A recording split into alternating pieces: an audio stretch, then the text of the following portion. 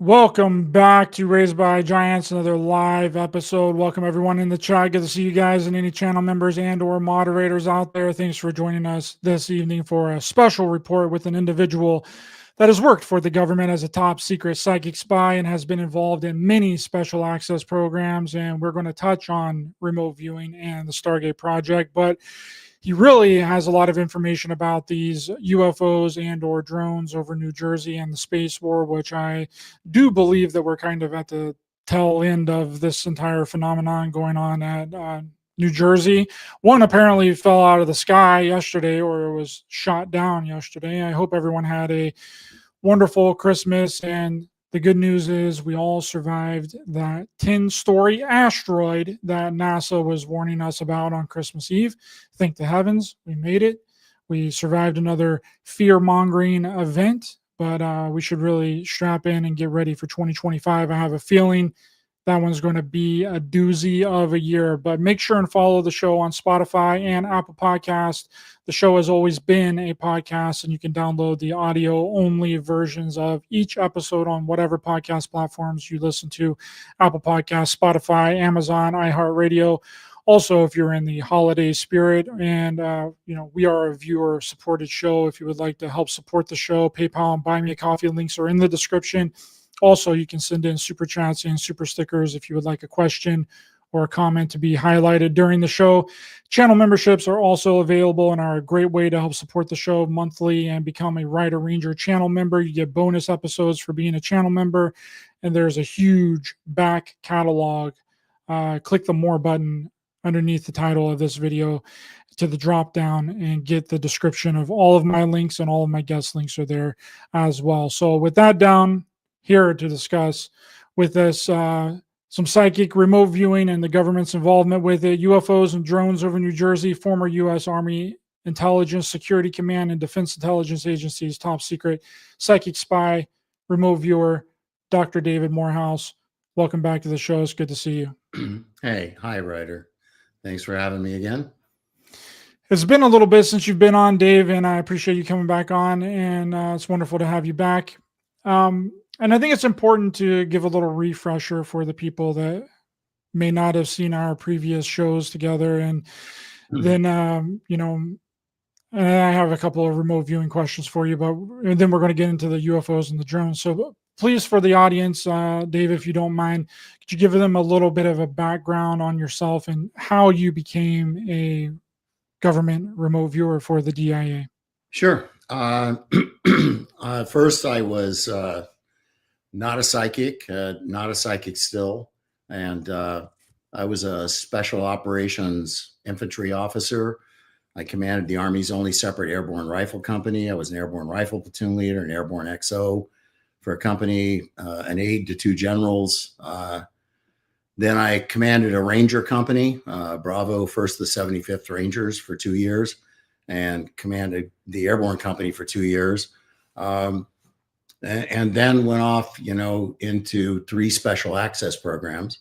First one was ISA, also called The Activity. There's a book out about the organization when I was there called Killer Elite. It's also called the Secret Army of Northern Virginia. Its color code name is Orange. But I was in that for 18 months and left there because I was recruited into the Stargate program, which at the time was called Sunstreak. And I came into Sunstreak, spent 3 years in Sunstreak, which was both some of the good stuff and, best stuff, but also some of the most disappointing stuff that I had seen in the military. And then left there to become, went to an organization called Torn Image, which was a strategic deception organization. For those that don't know, a strategic deception is basically, well, let's call it what it is. It's a lie perpetrated against either the American people or against the real or perceived enemies of the United States, including its allies, that has to be supported for a minimum of 10 years. So it has to be a sustainable deception for a minimum of 10 years for it to be capable of falling into the classification of being a strategic deception. There are all kinds of things that can be. I'm happy to discuss some of that if you want to. Yeah, give us an example of one of these deceptions that were, if you can, of course.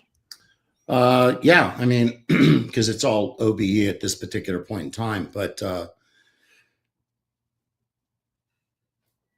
I came in as a counter-narcotics strategic deception officer. I was the only guy that they had brought in to do that. And they're, unlike at Sunstreak, there were actually some other infantry officers in Torn Image. Nobody from special ops. Again, I was just kind of the token special operator that was there. The rest of them were from conventional infantry. Not even any of them came out of airborne. I mean, they may have been airborne qualified, but they were not airborne commanders or platoon leaders or battalion commanders. Most of them had a really strong intelligence background. And also, you became what was called a great skiller when you came to this place. I don't want to get into all of that, but it just says that when you leave the conventional army and go in to do something like ISA, the Secret Army of Northern Virginia, you go into the Department of the Army Special Access roster. They remove your file from the standard file. So they go to infantry branch and say, give me Morehouse's file. And that is then taken to the DASSER floor, where there's a room handled by, most of them were special forces folks, male and female, and they handled your file there. And they removed you from the standard computer entries. So if somebody typed in my social or my name, had access to from a personnel administration center, typed in trying to look to see where I was or something, it comes up and says service member not on file. So if you're clued into what that means, it means like service member not on file. Oh, he's probably on the DASSER. Or they think like you just left. You left the Army at some point, which is that's their intent. When you go even deeper into the special access programs, you get into what is called great skills. And when you become a great skiller, they go to DASSER. They take your file from DASSER and they remove it from the administration building, and they go to a completely different place behind high fences and lots of security, and they put your file there. And then what happens is they tell you that you're supposed to tell your family that you have left the military and that you're now a civilian contractor or whatever. They give you a civilian ID card. You don't get paid through the normal Army pay channels. You actually get paid by check. And at least back in those days, this was the 80s, you got paid by check through a different pay process. And it was weird. I mean, I told my father, who was a retired Army officer, that, hey, Dad, I know I'm not in the Army anymore. I'm now I'm a DA civilian. He's like, yeah, no, the hell you are not. He just had been fooling for a bit. He knew I was in special access programs. He goes, nah, you are not that. So this is essentially how people, like, they get their files hidden, is basically what you're explaining. And that's very, very important, because there's been several people that have supposedly, not that you're not a whistleblower, right? But some whistleblowers have come out and then they've had their background checked, and it turned out that they couldn't be found in any system, or that they weren't even a part of the military. Is it a possibility that maybe that they were, and it was just put behind this big giant security blanket in like a different facility? It's highly possible. The other thing to know about that is that even your officer efficiency reports, your OERs as they're called, they're classified. So unless somebody's been read onto the program, they can't read your OERs. It's really funny. So like if you're for promotion, like when I was promoted from major to lieutenant colonel, what happens is they actually take your file and they do kind of a limited read on to the promotion board, and they allow them then to see classified officer efficiency reports, so they're looking primarily for, where did your senior rater place you? They're not really interested in, the flowery language that every OER has. They're just looking for the key indicators to determine whether or not that contributes to your promotion eligibility or inevitability, or whatever it's going to be. So they manage it like that, but they have to be read on to a limited read on and then given classified OER. So there are 3 or 4 OERs that I have. I haven't seen them since the day I saw them. Yeah, that's what I was just getting ready to ask is like, hey, what if you wanted your paperwork of being inside of these programs? You would not have any access to that, never right? happen. It would never happen and never be released. Wow. So what about like for, the VA or something like that? How does that work with them? Like if you don't have a file on record, then you wouldn't be able to get VA benefits, right? No, you have a file on record, you get VA. You have every other thing you've done in the Army is there, right? So your officer records briefs, your DD 214 is there, your OERs that are not classified are there, but all the classified stuff stays classified, and because it is, until I don't know, maybe 50 years from now they would declassify them. I highly doubt it, but given some of the stuff that we were doing, but it's certainly a possibility. But back to what is a strategic deception. My job, my mission when I got there, it was just a solo act, was to develop a counter-narcotics deception that would bring about an intra-cartel war. That was simply what I was told to do. So what I came up with, and so now I'm going to tell you what I did, and I'm going to front load you with this. Part of what I did that I'm going to tell you is just absolute fiction. And part of what I'm going to tell you that I did is absolute truth. And that's a deception. You understand, right? Yes. So the objective was that if you take I dealt with plant pathogens. Okay. And so what I was doing was I went to Los Alamos and met with a couple of botanists. You would not believe that there are botanists in Los Alamos, but there are. Believe it or not, they are. That's true. They are there. And so when I was there, what I looked at was I said, look, we're dealing with a coca plant, and we're dealing with it in 3 particular regions of Colombia, the Upper Iaga Valley, and et cetera. And I need to figure out a way to cause damage to these things. What can we do? So here was how it was relayed to me. Okay, if you walk out into your back garden and you look at all the plants that are in your back garden, you're going to find that there are parasitic pathogens on every one of those plants.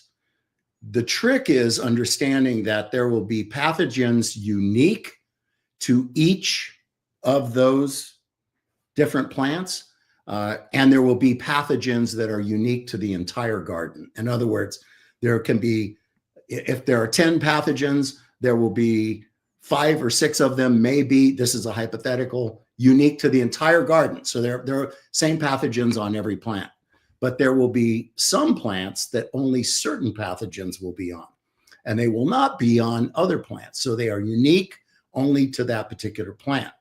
So the idea was to go into Colombia and to sample plants and to bring them back and to let the botanists see, could they isolate a suite of organisms that were unique to the coca plant, and were those same organisms inherent to every plant, regardless of where within Colombia it was found and harvested from.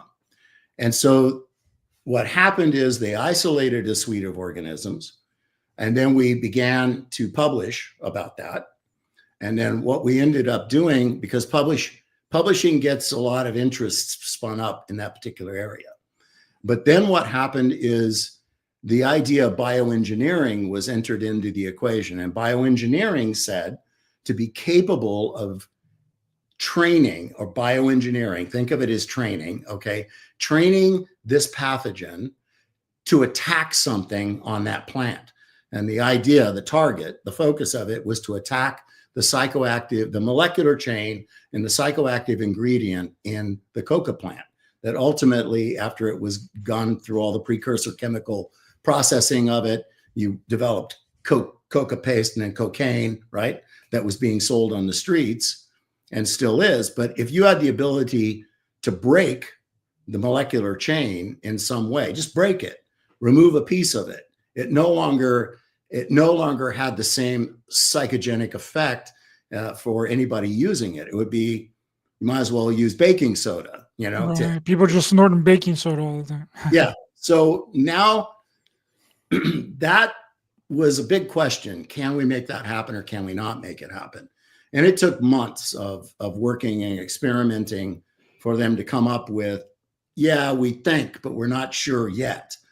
Well, all of that was working. I still had to continue to generate the deception. So the deception doesn't wait for the factual evidence of what you're going to be capable of doing. The deception has to continue on, which is I have a psychoactive, I have a pathogen that has now been bioengineered to remove the psychoactive ingredient within the coca plant. I can break that biology, okay, that chemistry. So now the issue is what's a delivery system? So we worked into microencapsulation, and back in the 80s, microencapsulation was not new, but it was radical because you can microencapsulate various things that would allow them to exist encapsulated, but the encapsulation could be programmed to do different things. In other words, it could, the encapsulation would open up when it hit metal, or the encapsulation would open up when it hit caulk paint, or the encapsulation would open up when the temperature got to a certain degree, or the encapsulation would open up, if it got wet, or, if something else. You could pretty much engineer the encapsulation to be whatever you wanted it to be. Had a huge role in non-lethal weapons delivery technologies, things like the adhesives and the other things that were being developed there, where you could spray a tank, encapsulation would hit it, swell up with this big 1/4-inch adhesive, this rigid adhesive, where the turret of the tank could no longer traverse. If it was on the tracks and the road wheels of the tank, it could not move. It had to be chiseled off with air chisels or with chisels.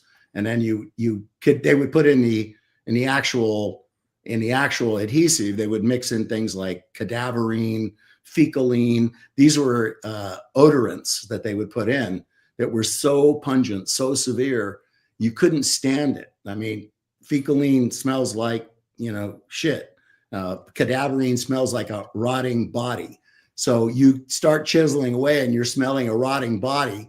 It gets to the point you have to put a protective mask on. So that slows down the process. So the whole idea there is you're removing an instrument of war from the battlefield non-lethally, and it doesn't seal people up unless they're, of course, in the tank. Then they have to come out the bottom.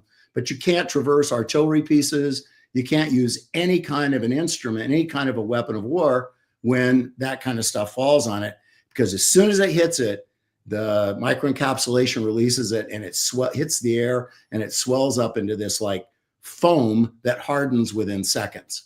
And then it has to be chiseled off. Renders the vehicle unusable. Now, the vehicle's unusable. Yeah. Now, whenever you're doing these types of special access programs, are you told, or are you like briefed on the reason why these deception operations are going on? Like, are you full well aware of the reason why they would want to remove the psychoactive ingredient of the cocoa plant? Or are you, is this my mission was to cause an intra-cartel war. How do you do that? How do you get the cartel to consume itself?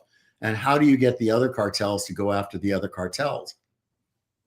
That was the issue. So how do you do that? Well, it can't be something that they know about. So it has to be something that affects them in the place that they're, benefiting from, which of course is the sale of cocaine, the importation and sale of cocaine. So if you now create the deception that says that this cartel is spraying that cartel's millions of hectares of coca plant with a microencapsulated pathogen bioengineered to destroy the psychoactive ingredient in the coca plant, they're going to want to go, and that it is now self-inoculating because it lives in the root ball of the plant, which means you harvest and as soon as it grows back up again, it's still attacked by the pathogen. So, and then you pick that picture, and then by the same token, you turn around and paint the picture by chemically washing kilos of cocaine, which you can do to remove the psychoactive ingredient. So you're chemically altering it that way, yet you repackage it and you introduce that back into the supply chain. So now what happens is on the streets of Chicago or Detroit or Los Angeles or New York or wherever it happens to be, you've got the whole supply chain now selling kilos that are what? Inert. Essentially fake cocaine. Yeah. So what do you think happens then? It's A not lot of problems where people try to understand, well, you know, something's wrong here, let's work it out.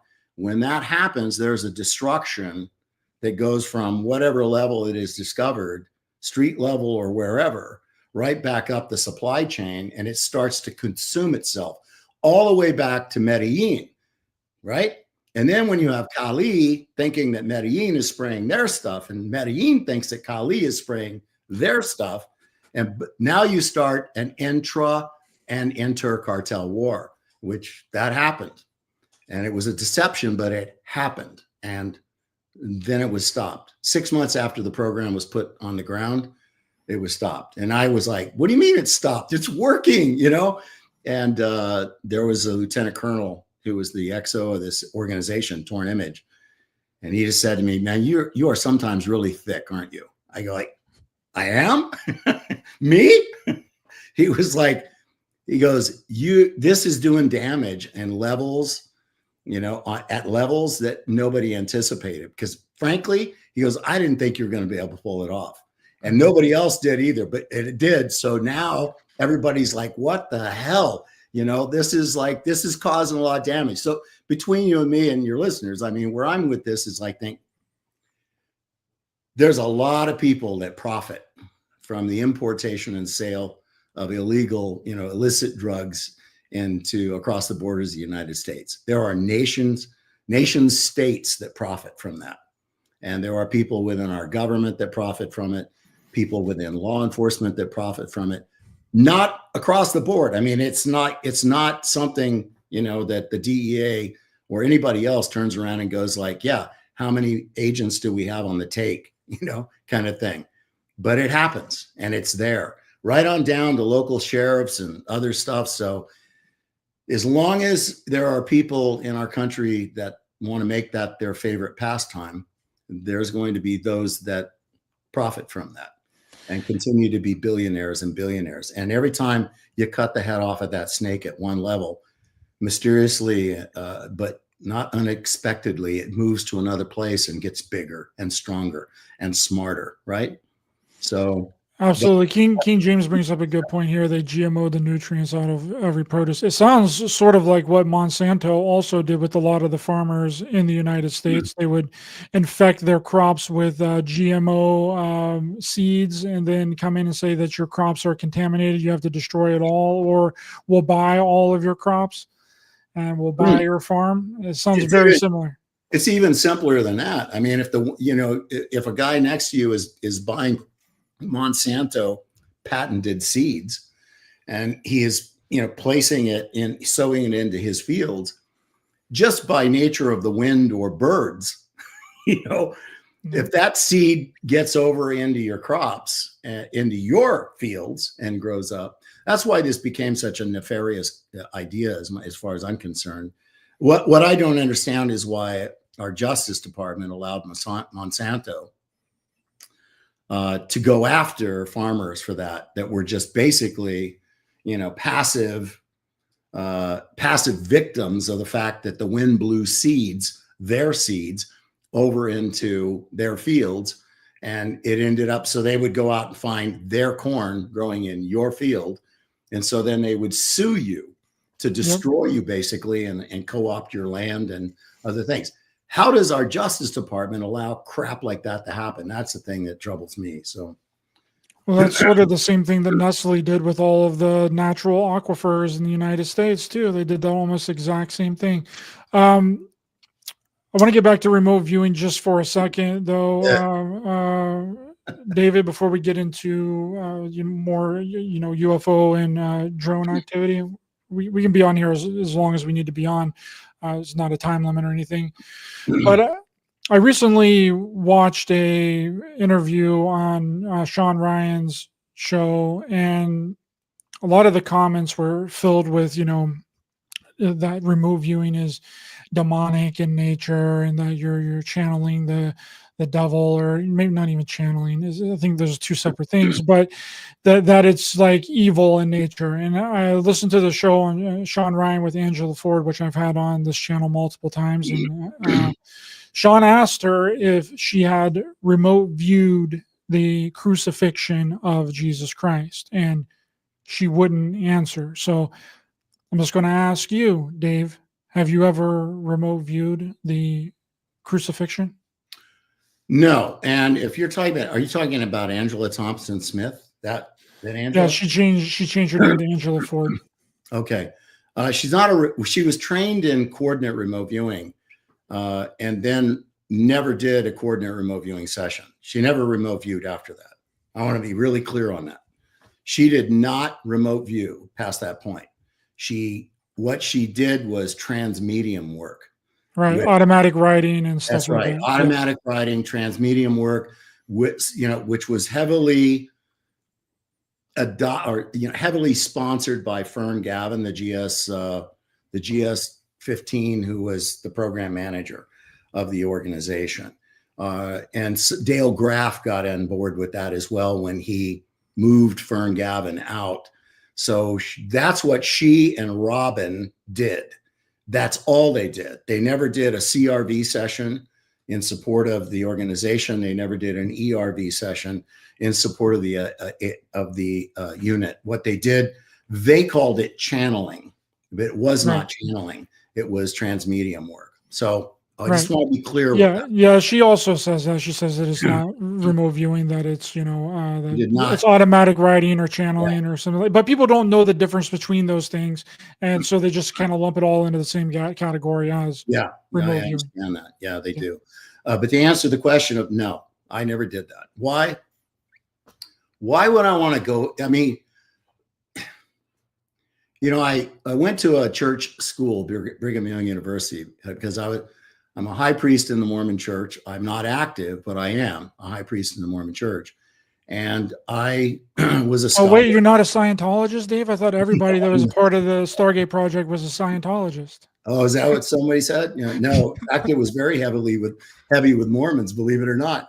There was a lieutenant colonel who was one father of the year for the Army. That was that before Fergus Gavin was the program manager of the organization.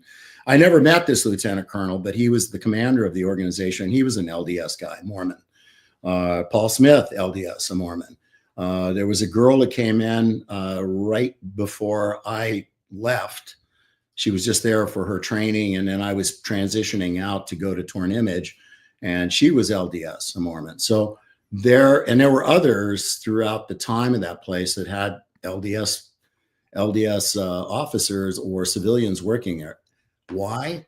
Pure coincidence, because it had nothing else to do. I mean, I was not selected to go there because I was LDS. In fact, I doubt seriously that I ever mentioned it to anybody.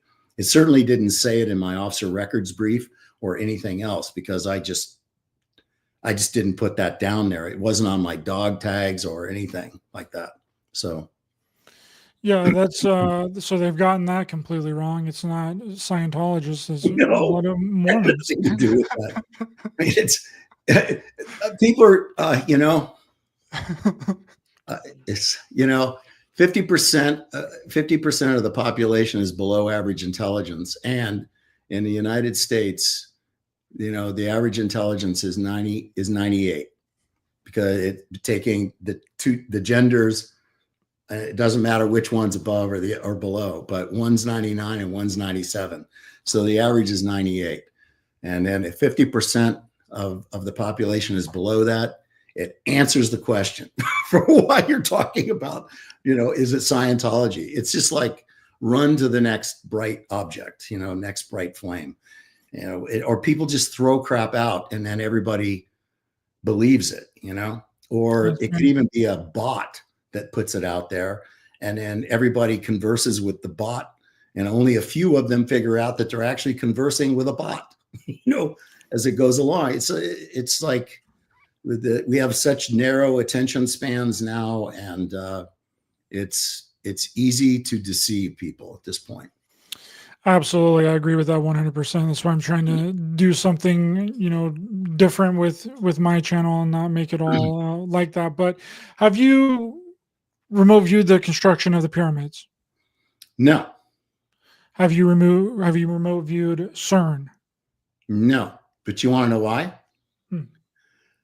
If I can't prove it, if I can't offer some empirical evidence of what it is, in other words, there has to be empirical evidentiary feedback on it. If you can't prove it, then it could be, you don't know if it's just a figment of your imagination mixed with some raw viewing data, perceptive data, or if it's raw perceptive data mixed with imagination.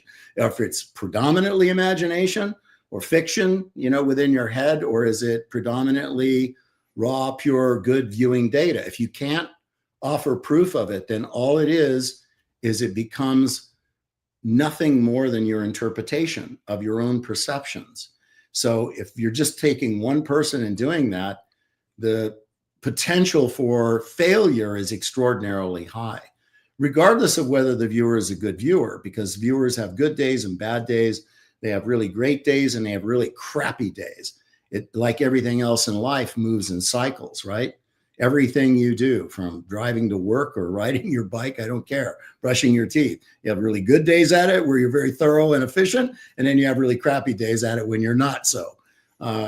It just is that way. So to do something like that, and to do it from a perspective of trying to pull qualified, quantifiable, empirical data on it, you'd have to have a team of people doing it. And it would be to find a team of viewers, like all the work we're doing for the History Channel for Beyond Skinwalker Ranch has all involved like 70 remote viewers.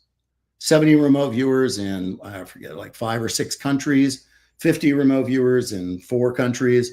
I mean, it's pulling together a huge team and going through the analysis of the data and, pulling all of the data together into aggregates and looking for correlations of data, et cetera, before it's ever presented to the television audience. So it's not just somebody sitting there going, well, here's what I think it is, here's what I think that is. It doesn't work that way. So that's reason why I've never done those things. What would I have other than scriptural references to be capable of determining whether or not the crucifixion of Christ happened the way in which it's depicted for us? What would I have? Say I came up with something entirely different. What does that serve? Especially when I can't prove it. There's no photographs there. I could look for, if I was doing it on my own, it's worthless. Other than if the experiential data or the experience for me, right? Whether that works for me in some way, but it certainly isn't something that you would turn around and present to the world and say, hey, I remote viewed the crucifixion of Christ and here's what I came up with. That's just ludicrous to even think that anything you would come up with would carry the weight of the world, that they would want to hear what you had to say about it. So I just don't waste time on those kinds of things, because it's not empirical. It's not empirical data. It's just opinions. It's just interpreted data that you get. If I had 100 viewers come up with a correlated version of it, then I would put it forward and say, okay, I can't prove this at all, but 100 people made these perceptions and the interpretations of these perceptions. It should be interesting, even if and please don't accept it as the only real version of what that is. Because if you really want to distill it down to it, I don't care whether you're a Buddhist or a Baptist, or a Catholic, or, born again Christian or a Mormon or whatever, you're all still just accepting the interpretations of what was or what is based on somebody else telling you that. You can pray about it, but it's still your interpretation of what you think you're hearing or perceiving. That's just how I look at that world. Yeah, and I think that the community of these new remote viewer people, like, It's like about the clicks. It's about the most fantastic thing that they could possibly come up with. Like if you typed in the YouTube right now and put girl remote views the drones in New Jersey, you would have an entire page of people claiming that they remote viewed the drones in New Jersey. The same thing happened with the mall alien story in Florida. Do you remember that, like a year ago? Like there's people claiming to remote view the mall aliens in Florida, the Miami mall aliens. And I'm just there like, are 3 simple rules I can tell your listeners, and if they will adhere to these rules, they will never be bamboozled by any of that crap. First rule is remote viewing is not 100% accurate. It never has been, and it never will be. It varies and it fluctuates, viewer to viewer, target to target, day to day. Okay. Second rule is you never trust the results of a single remote viewer operating independently of other remote viewers. Why? See rule number 1. Okay. And rule number 3 is remote viewing has never been intended to be a standalone endeavor. It is always supposed to be used in consonance with other investigative methodologies, diagnostic methodologies, whatever it's going to be used for. And it has to be used in consonance with something else together. It's not just what human beings perceive, because we are subject to the failure of our own interpretations. At the same time, we are subject to the embrace and the successes and the awakenings that come from many of those interpretations. I mean, these are things that you're interpreting and sensing and feeling and perceiving outside the physical realm. That's a tremendous awakening for people. It's a gift that was given to you, bestowed at birth, not something that is unique to me or anybody else that ever came out of the program or anybody else that ever came from any other program. I mean, you are omnipotent, omniscient, omnipresent, eternal beings, and you need to embrace that fact. Now, how you choose to embrace that, or if you choose to not embrace it, I don't care. But what I'm going to say to you is if you want to embrace that fact, then there are steps you can take to where you can stop believing in it and you can actually come to know it. Knowing is a far more powerful stance in this life than believing something. Shit, everybody believes something, right? Everybody believes that there is either something beyond the physical, or there are people that believe that there is nothing beyond the physical. Neither side of that argument can prove it. People that go through remote viewing, if they go through a good quality program that is taught based on the protocols that we were all taught in, and it is backed up by empirical evidence and feedback using you do a target and there have to be quantifiable attributes relevant to that target, that when you go through your session and hand over 25 pages, somebody can go through there along with 10 other people or 20 other people or 50 other people and look for the correlation of the data and then match that data to quantifiable attributes. Now you have empirical data that far exceeds a 20% chance factor. It always does. And when that happens, and when you're part of that, then you stop believing that there's something beyond the physical, and you actually recognize now that there absolutely is something beyond the physical, and you're part of it. You always have been, and you always will be. You can choose not to listen if you choose, but if you choose to listen and explore further, you can. But it's not some end all be all. It's not 100%. You never trust one person going, I got the mall alien right here. I can tell you everything there is about it, right? And you never trust somebody just shows up on YouTube and says, there it is, without any other kind of investigation, fact checking, quantifying, et cetera, et cetera. It must follow those 3 rules. And I cannot believe how many people just can't adopt themselves to that. I'll tell you why they don't. It's because of the sensationalism that they're seeking. They're seeking, if they can get 5,000 followers because of their YouTube video, well, then that gives them significance. Okay. Gives their life meaning, Dave. What, you don't want these people to have meaning in their life, Dave? Come on, right, bro. But I guess we can blow this entire thing out of the water right now with this question in your answer to this question. Can a remote viewer just look at a thing and then like remote view it? Like, can I look at a picture of the pyramids and then remote view the pyramids? Because that's the way that these people think that remote viewing works. No, all you're doing is looking at it and then you're closing your eyes and imagining what you think you're supposed to see. There's a protocol. The protocol tries to remove your imagination. Think about that, what I just said now. Think about how dead in the water you would be if it was actually able to remove your imagination. It doesn't remove your imagination. It's designed to control it. That's what the protocol is designed to do. It's designed to cause you to work to detect, decode, and objectify. Detect, decode, objectify. To detect 8-dimensional waveform expressions of data, decode them into 4-dimensional lexicon, and then express them in 2-dimension on a piece of paper by sketching and capturing verbal sensory data. Verbal sensory data is colors and textures and temperatures and tastes and sounds and smells, dimensionals, energetics, intangibles, emotional data, right, aesthetic data, et cetera, as well as being able to sketch or objectify that data. Now, if you can follow that protocol, just the discipline of that dogma of the coordinate remote viewing protocol is that thing that gets you to this transformative phase of going, well, crap, that's more data than I have ever come up with about something, anything. And I can't just make that up. You'll tell yourself if you're marginally skeptic, which I certainly was, because I said, I hate the term psychic. I didn't name the book Psychic Warrior. St. Martin's Press did. I protested and they went, shut up. What do you know? It's only your second book. And it is just not where I was. And so going into it with in my opinion, it had a really bad training program. And I had been raised by the finest trainer in the Army, which was Major General Kenneth C. Lure.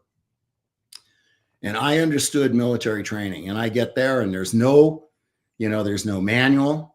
There's no training outline, no training manual. There are no training notes. There's nothing. You're kind of like, really?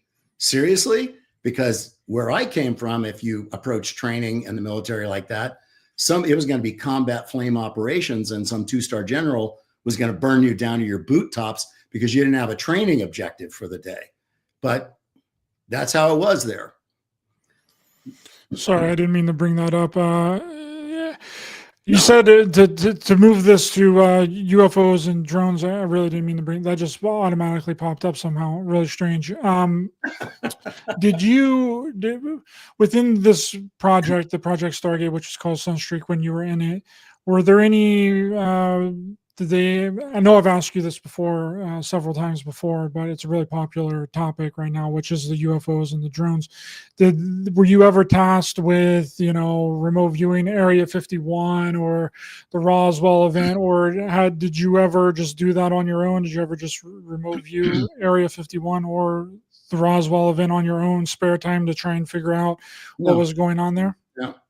Well, let me answer the first part of the question. It would have never happened in the unit, because that would have meant that that the unit or the program manager or the person responsible for your training, which in my case was Gabrielle Pettengale, primarily, Mel Riley, secondarily, and occasionally over the years that he was there, I had interface mostly from a science perspective, because Ed Dames was very much a physicist and and a linguist, and could answer physics questions that I would have. And I really loved the guy at that time.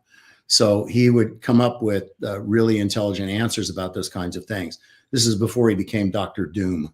But, in those, the unit would have never turned around and knowingly use the remote viewers to remote view U.S. classified things. Certainly, we were looking at classified things that were, part of the Soviet Union, possibly China, surely, but mostly the Soviet Union. what was going on in Iran or Libya or any other real or perceived enemy of the U.S.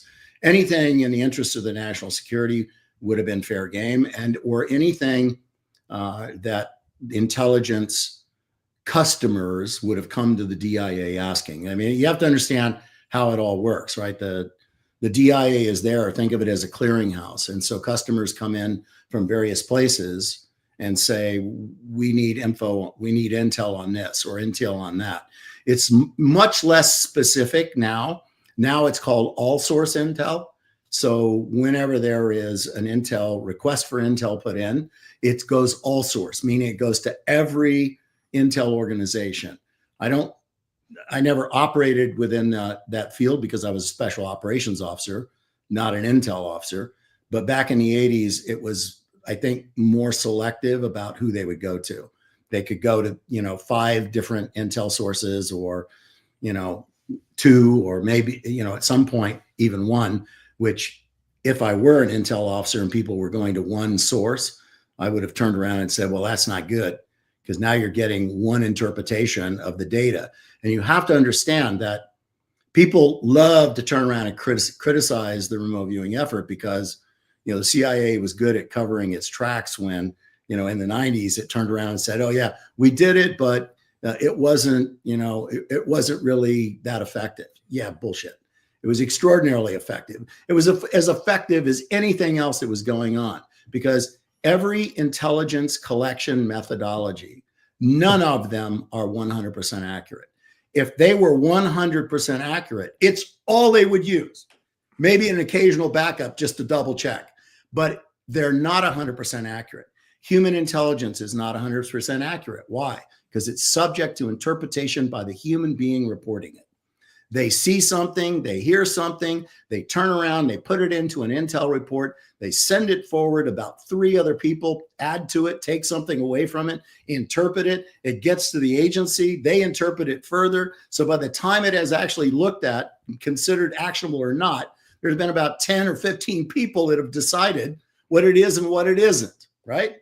So, and that happens with everything that goes on. I don't care if it's satellite imagery. It is satellite imagery that is then interpreted by a human being, right? It's given meaning or extracted or downplayed or upstreamed or upplayed or whatever the case may be. It's embellished or it's denied. It just doesn't matter. I mean, you talk to the analysts that were anticipating the attacks on 9/11, and even the mechanism of the attacks on 9/11 that they suspected, and their bosses shut it all down, said, nah, not going to happen. But the analysts in the years after were asked those questions, and they said, yes, we highly suspected that it was going to happen, but as we presented it, it was not listened to. Because why? It's all interpreted by human beings. So understand that whenever you're trying to thumb your nose at what the remote viewing effort was doing, that whether it was satellite imagery, signal intelligence, photo intelligence, human intelligence, cyber intelligence, any of those things are all interpreted by human beings and always will be, thank God. But it's why it all has to be put together as an aggregate and look for correlations in the data. That's what you're trying to do in that world. And it's pretty simple if you wrap your head around that idea. Well, you just mentioned China there, and China has a new stealth jet that they just unveiled. Imagine you see that, Dave, coming through the sky. You'd think, oh man, that's an exotic technology. That's got to be extraterrestrials. That's got to be aliens flying that craft right there, Dave, for sure. I mean, and it looks similar to what is reported as the TR-3B, the supposedly the United States Air Force has in its possession as well. So what do you think about these drones that are over New Jersey? Have you looked into this much? I know you've been really busy and that you've been doing a lot of stuff and a lot of work with your projects and the things that you've been doing, but what do you think is going on there? It's just a continuation of the development of autonomous weaponry and craft that are part of the space war effort. I mean, the space war has been ongoing since December of 1945, when it was first declared. by then the chief of staff of the Army and a PhD physicist who put together a 50-year strategic plan for pushing the boundaries of warfare. This is right after the end of World War II. And this 4-star general and this PhD put together this strategic plan. You have to remember there was no Air Force at that time. So this guy was an Army aviator, but we're still talking about piston-driven airplanes. The only people that had jet airplanes and rockets were the Nazis at this particular point. We were working on it, but we didn't have them. We weren't flying them in war. So in 1945, December of, they started the space war, declared it, and went and formed the organization that began asking for weaponry and other kinds of things that they wanted. They asked for craft weapons. They asked for propulsion systems. They asked for, let me see my notes here. They asked for materials development, strategies for the employment, espionage platforms that would allow them to keep track of what Soviet Union, China, and others, although China was still, at that particular point in 1945, were still eating dirt soup. So they weren't, quite the formidable opponent that they are now. They were forming, they asked for strategic access programs. They asked for black budgets, etc. And that's what they did. They wanted hypersonic craft. They wanted lifting body craft. They wanted platforms in space. I didn't ever even know this stuff went on, and I didn't even ever start thinking about it till probably sometime around 2010, 2009, 2010. I was getting ready to be the director of test and evaluation for the National Center for Medical Readiness, which was up in Ohio. And my boss was a colonel in the U.S. Air Force, Human Development Directorate, and Colonel Hodge, and he took me to the Classified Air Force Museum there at Wright-Patterson Air Force Base. You had to have a security clearance, which I did not have at the time, but Doug, with some wink and knew the guy at the front door, got me in with him, and we walked around. And I looked at classified aircraft. I didn't know this, but I know it now. I looked right there at the floor, sitting on the floor up on jacks. I looked at an unmanned aerial photo reconnaissance drone that was flown over the Soviet Union, and they flew multiples of these. I'll say it again: an unmanned photo reconnaissance drone flown over the Soviet Union in the early 50s, the 1950s. So now that was part of the space war. That's not NASA. NASA was about for all mankind, for all humanity. We're going to explore and discover. We're going to go to the moon. We're going to go to Mars eventually. We're going to do all these things. But the space war was the Department of Defense's effort to own and occupy the next dimension of war, which was going to be space. Now, China is trying to get there and get there heavy. Russia, I'm sure, will be trying to get there and get there heavy. Iran certainly has the money to get there and get there heavy, but we have been there and we're going to stay there, and we're continuing to expand and develop what we're doing there. Now, follow me on this logic. If 1945, we started about building a war plan for 50 years to get into space and own space so that the Soviet Union didn't, or that communist China didn't, then what do you think we've been doing since then, since 1945? How many trillions of dollars do you think we have spent on developing hypersonic craft, hypersonic weapons? We are planning on putting stationary, low orbit warehouses up there where we put medical supplies, weaponry, we put tanks, we put ammunition, we put food, water, we put all those things up there. You want to know why?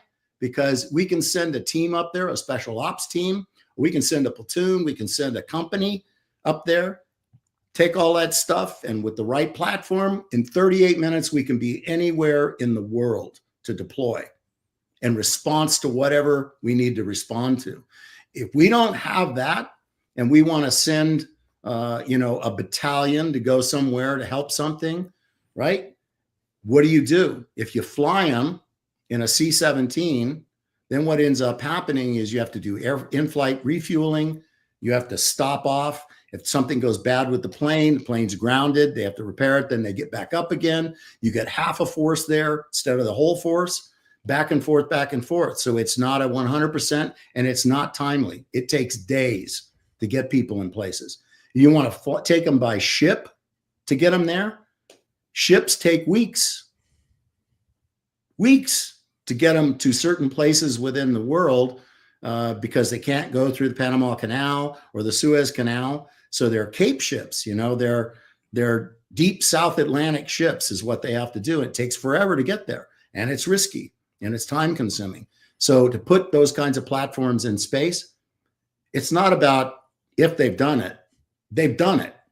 Oh, they've absolutely done it. I mean, Operation Looking Glass, which was in 1960, which was a command and control center, which was operated by the Air Force, would let them have like nuclear capabilities on a command post in space. And then the program then switched to the Navy in 1990. And they just switched the names. It's no longer called Operation Looking Glass, but the Navy still runs the operation today. It's still going on. Yeah, I mean, a Navy aircraft killed the first Russian satellite in 1968. First anti-sat missile success, killing a Russian reconnaissance satellite, which we then turned around and said we only shot. It was just one of our reconnaissance satellites. We were just testing. No, we weren't testing. We killed a Soviet reconnaissance satellite that was flying over installations we did not want it to fly over. And it was taken out by an anti-sat missile. ASAT is what they call them now. But now they're hypersonic, and we've been building. I mean, people don't even realize, it's starting in, in again, like 1958, the first plans started and first patents started showing up. By the 60s, the very early 60s, we were experimenting out at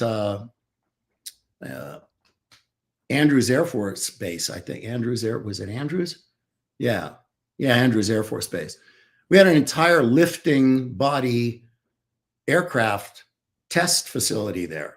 If you don't know what lifting body is, lifting body aircraft means aircraft with no wings, no obvious vertical stabilizers.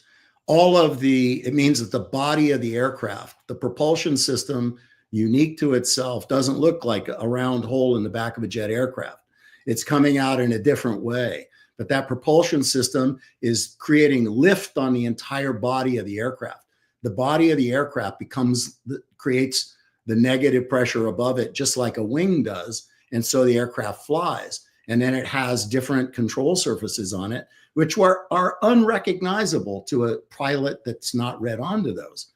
So if you're out flying your F-16, or F-18, and you happen to see something that's a lifting body aircraft traveling at Mach 18 coming down out of space, which they do.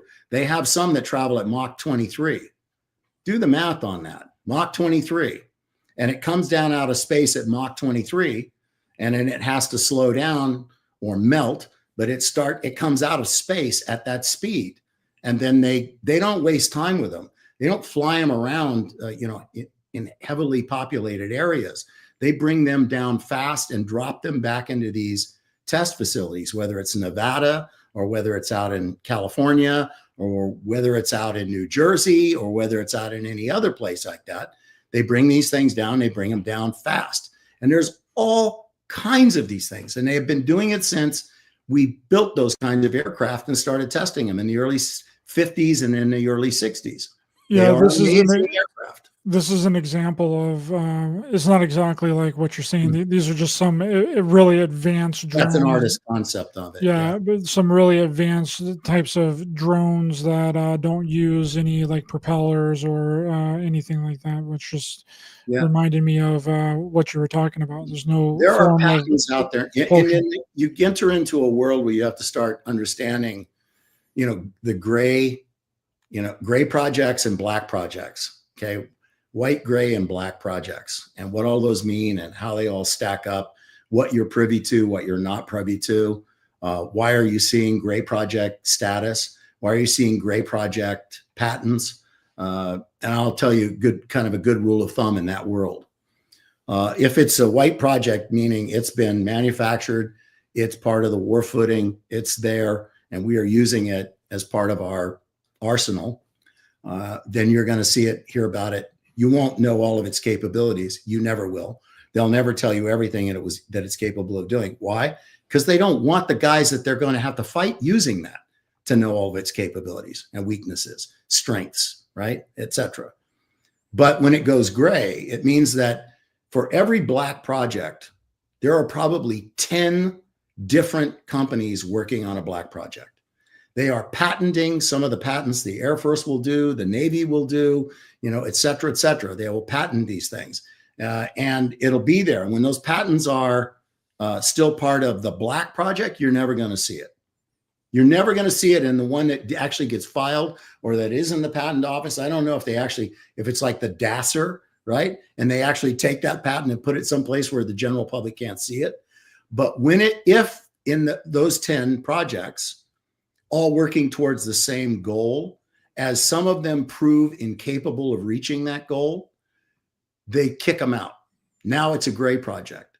And if it's a gray project, that means you're going to see it in popular mechanics, popular science. You're going to see it in something else, right? And you're going to see these artist concepts. You're going to see all this stuff about it, what it was going to be capable of doing, and understand that it's going to have a mix of what it actually could do, and it's going to have a mix of disinformation. Why? Because it's something that was being prepared and developed in support of the national defense of the United States. And if you think the Chinese, Iranians, and the Russians, or at that time the Soviet Unions, are not doing that, then you're infantile in your thinking. Okay, of course they're doing that, and they're very aggressive in the doing of that and spending a lot of money. So are we doing that? Hell yeah, we're doing it. And am I upset about that? No. I wish there would be all peace on earth, believe me. But I also understand the nature of humanity. So, and Yeah, we can do really wild things with drones. This drone right here is like a drone show, I believe, in Japan. yeah, I'm going to one of those on New Year's Eve. Yeah. Yeah, this is just like wild, technology. I believe this is of a Pokemon named Rayquaza, but it's like it's wild the amount of things that can be done with drones and essentially creating like art in the sky. And then that becomes really confusing for people too, because they don't really, I mean, is it a drone? Is it a UFO? Is it an unidentified craft? Is it a military craft?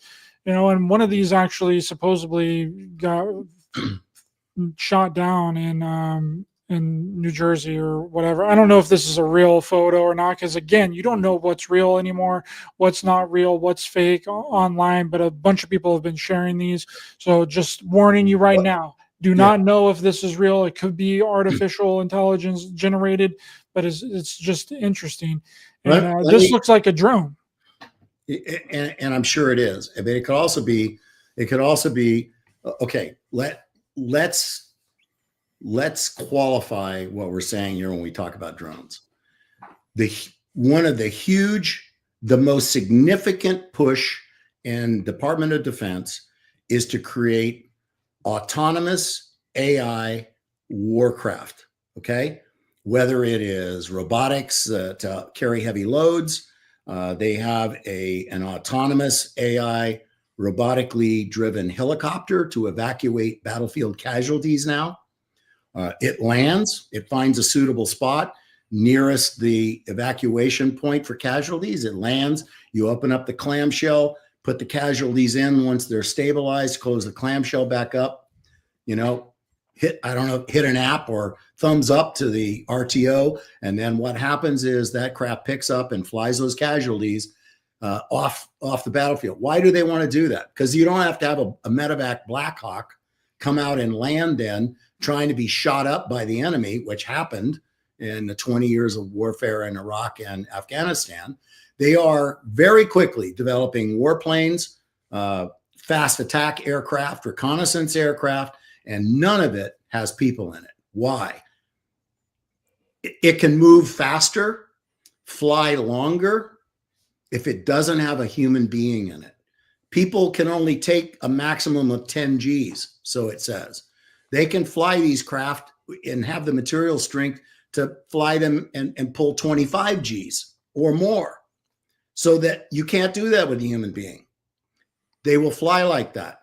It works with its, with other fighters like a hive mind, understand and learn quickly from what the other fighters are doing. And it can think faster and adapt faster and learn faster than a human pilot can. And in all the simulation, using the best Top Gun fighters that they have, flyers, pilots, they can't beat the AI. They can't. It kills them every time. So all of that. I don't think we can beat the AI just on social media. I think we're losing the fight against AI right now. That's why I said, Tim, that I don't know if these photos are real. That's why I gave the disclaimer in the very beginning. I have no idea. It could very easily be, but remember I was talking to you one time. I said, one of the things that they're doing is, they'll put these unmanned aircraft up, and they will fly them over military installations, and maybe occasionally they get off the reservation and they're flying out there, and they will hit them with various kinds of weaponry. They'll hit them with high-powered microwave weaponry because it kills through electromagnetic pulse, and they're trying to see if the aircraft or the drone in the unmanned aircraft, whether it is hardened properly to withstand electromagnetic pulse or a laser piercing or other kinds of things that can go on with it. That's a constant process of fly, shoot at, test, see what it does. What do we need to do to strengthen it? Because they're not going to put hundreds of millions of dollars into a reconnaissance aircraft or an unmanned fast attack aircraft or interceptor or bomber or something else, and then have the simplest of technologies take it out. So they're hardening these things and they're testing them. Are there unmanned weaponized drones? Yeah, there are. And they're not new. And you look at New Jersey, people think like, if you don't want to do the real homework on it, just Google it. I think there's like 37 military installations in New Jersey. I don't know why, but there are. And there's weapons testing places. There's naval weapons testing, Air Force weapons testing. There's all kinds of stuff going on there. I mean, they're building and testing weapons there. It's what we do to secure the national security of the United States. That's why it's there. So don't every time you see something like that, it's such a failing for all of us to then jump on this bandwagon and start ascribing it to alien technologies or assign something nefarious to it, like, oh, they're looking for a dirty bomb. Says who? I mean, who said that? An insider, Dave, an insider, a top secret insider told everybody that. It was leaked information by a top secret insider. Yep. Yeah. That's not a joke. That's literally what people claim happened. Of course. Is that a top secret insider contacted them and told them that the drones were scanning for a dirty bomb or a suitcase nuke. But then that's all you have to say these days. It. And then 5 million no people. Names. They can't reveal the name or the identity of the insider. Therefore, they are just purveyors of hearsay. But according to what you're talking about with these AI-powered drones, I mean, the United States, this is an article that my friend Ryan Gable sent me that we showed on our show before, but the United States, the UK, and Australia test AI-powered drone swarms in groundbreaking military exercise. I mean, this has been going on for a really long time, and a significant development for drone technology. The military cooperation of the United States, UK, and Australia have conducted joint exercising, testing anomalous drones equipped with artificial intelligence capabilities. The trials, which took place in Fort Irwin, California, marked major milestone in the implication of UCAS AUKUS defense pact between the three nations and reported by the Times. So yeah, they've been doing this, and China has also been doing it as well. I mean, China's doing the new aerial cluster drones for like swarm attacks, where there's like hundreds of them. What looks like that Japanese drone show that I just brought up. They're doing it as well. Yeah, I mean, is it disconcerting and alarming to think that you have autonomous weapon systems? When I say autonomous, that the plan is for them to be able to make the decision of friend or foe, and based on the parameters given them, then make the decision to engage and destroy or eliminate a target. Yeah, it's disconcerting, and it's downright frightening, because it's removing a human element from that decision process. But it's here. So if people want to get their panties in a wad about something, then what they need to be doing is pushing for, legislation that says, where is this going to stop? Because if you can start going to Walmart and buy autonomous drones that are just going to fly on their own and decide whether or not to drop a rock on somebody, that's a problem. So, and I'm making light of it, just trying to say, let's bring it down to a common denominator here. What if they were delivering your Amazon packages, though, Dave? What if they were delivering Amazon? Yeah, well, there you go. Or pizzas.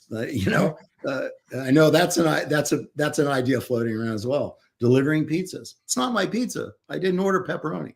So what do? Grab the drone, shoot it down or something, and send it back.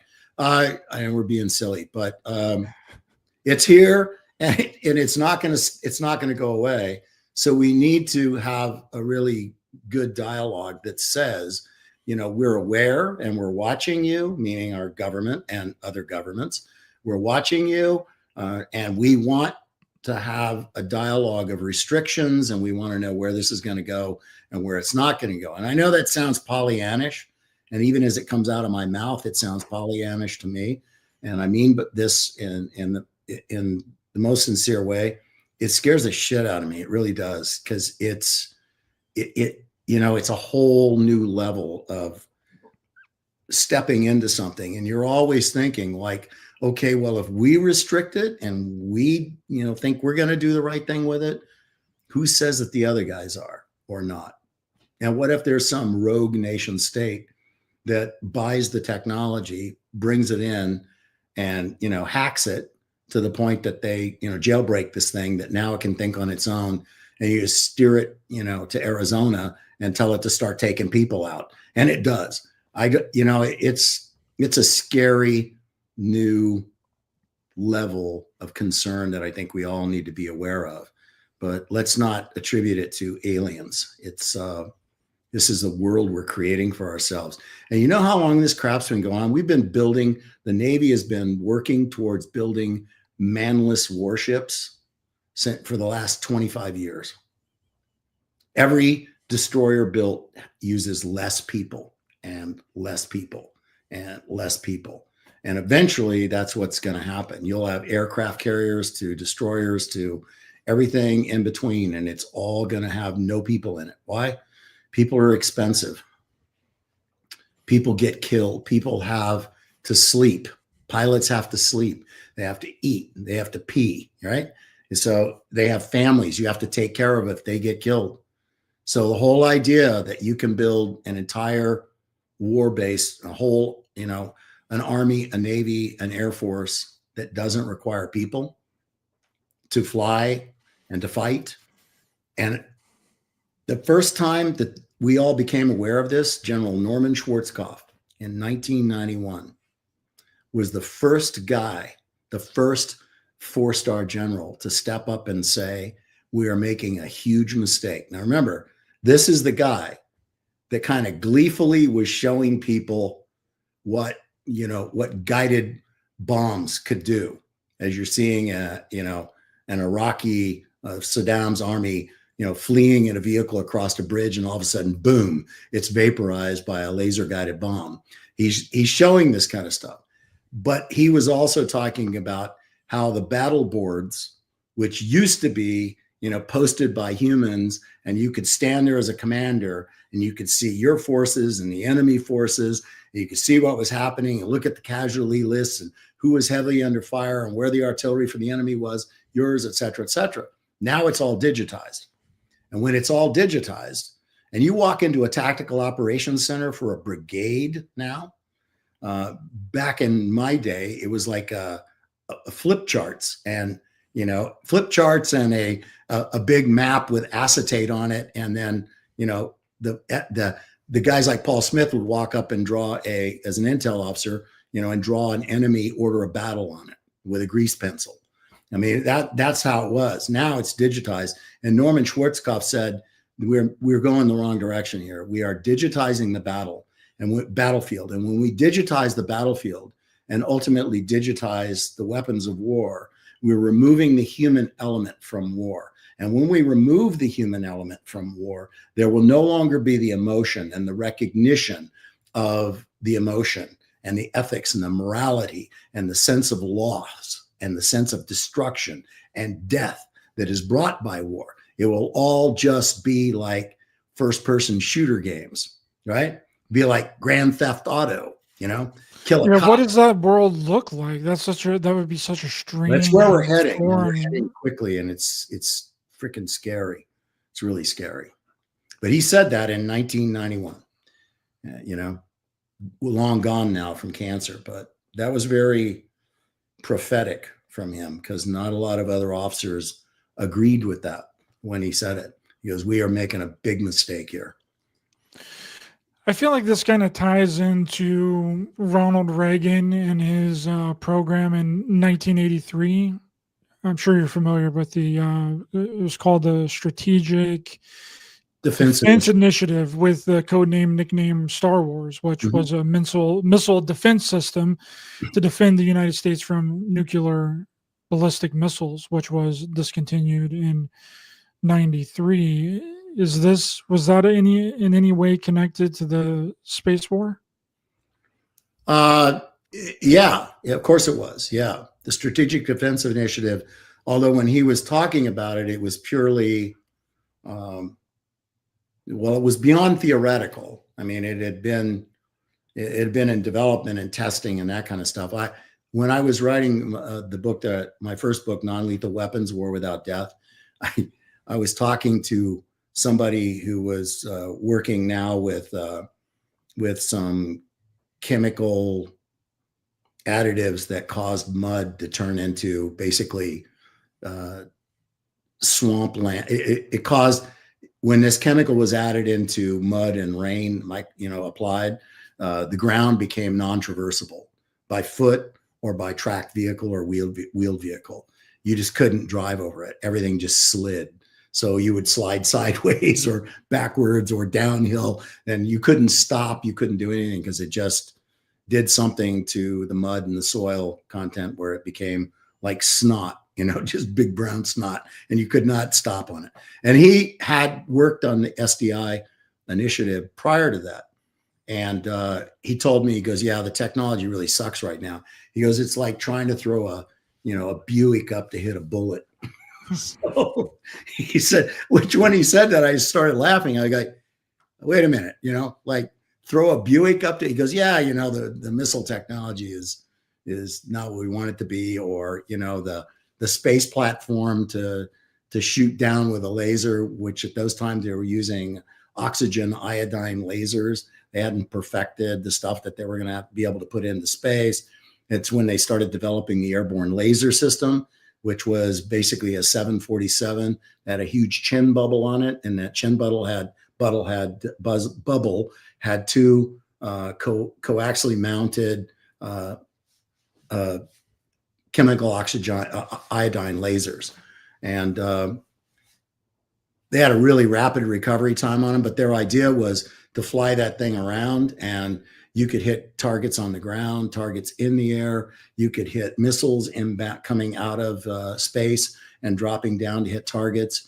And if you know anything about missile technology, they're really easy to take out, because basically it's the fuel tanks in them that give them their rigidity.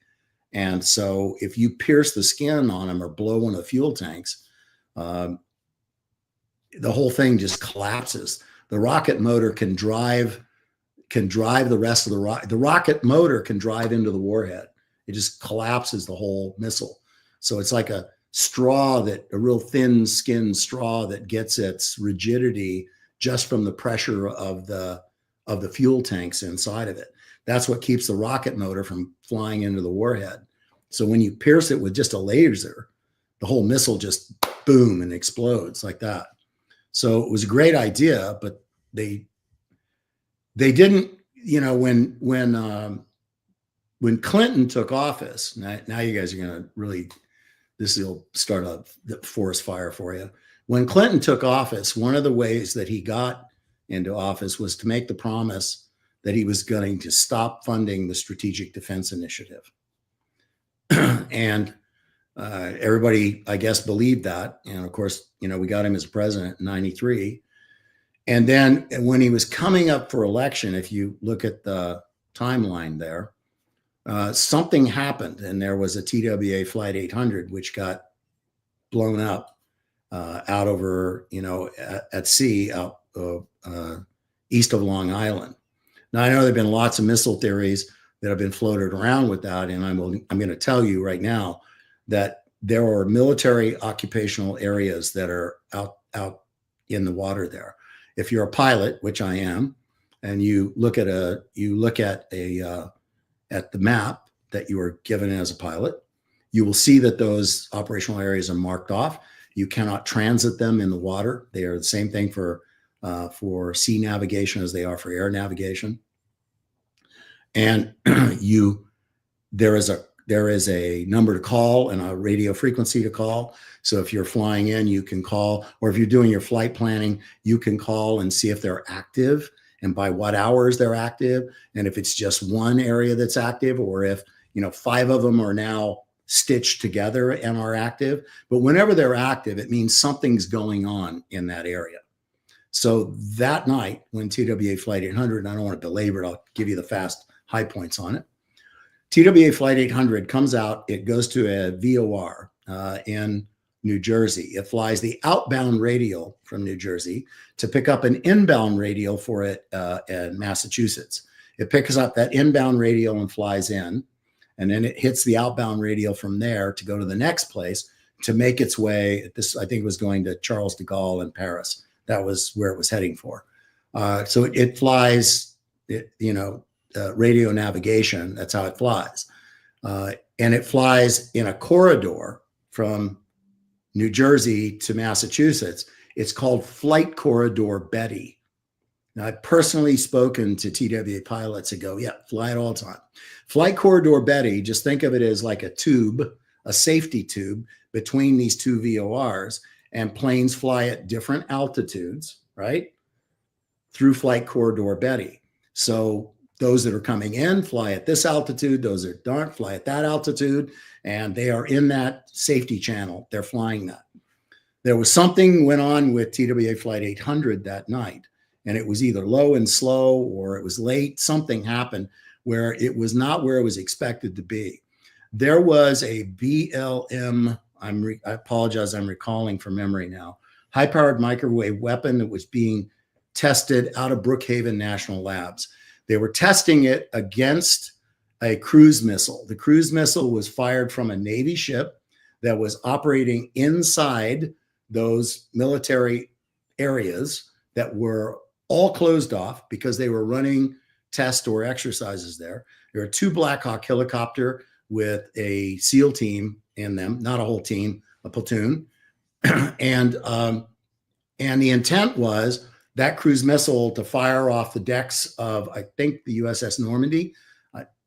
I may be wrong on that, to come off of that and then to get to the long axis of those military areas and fly that long axis.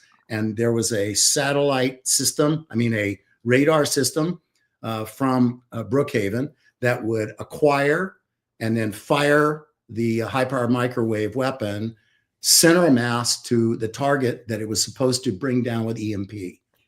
That would have then caused it to drop in the water.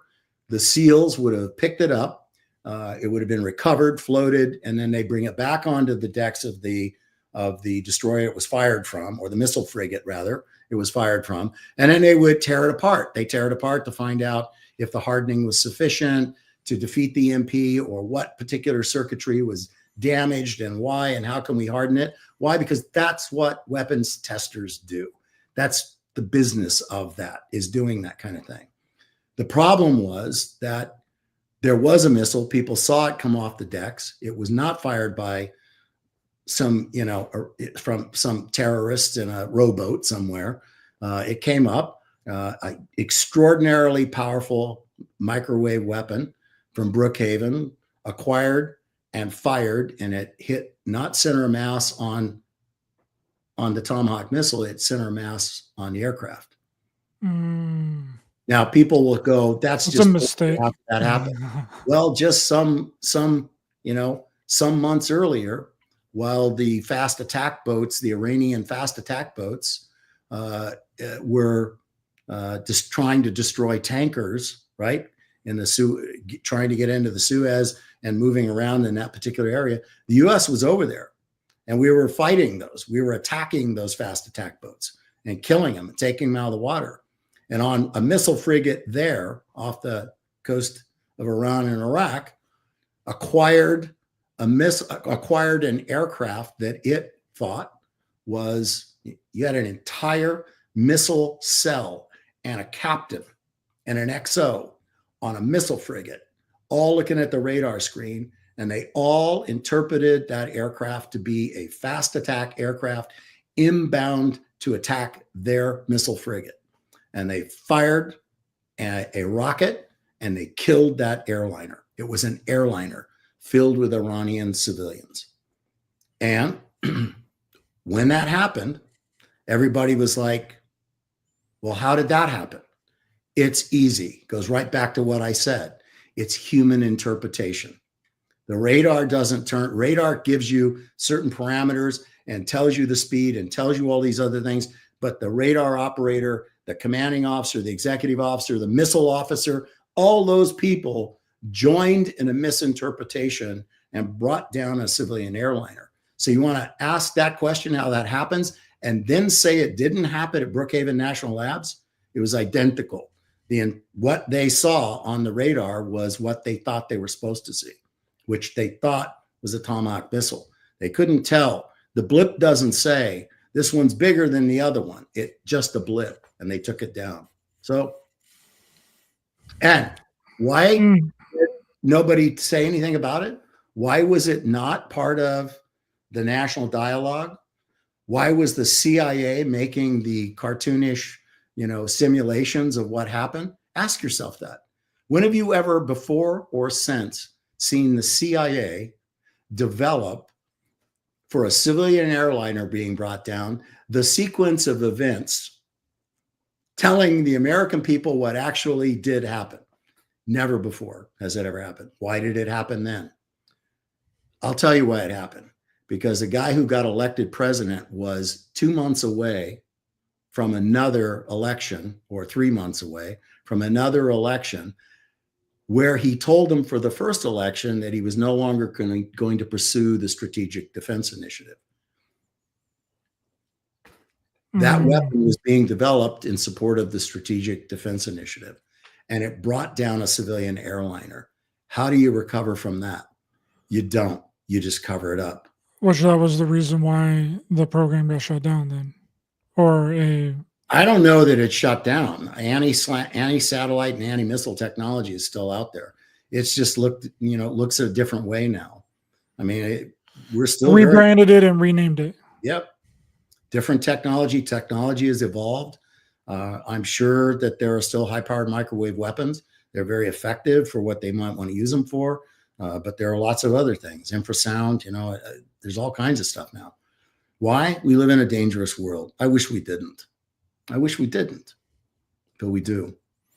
Now, are you aware of any drones or military craft that are transmedium craft that can go in and out of the water at will?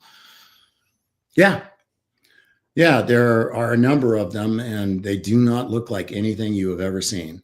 There's a Navy reconnaissance craft, the aircraft that it gets basically it's deployed out of a missile tube on a nuclear submarine.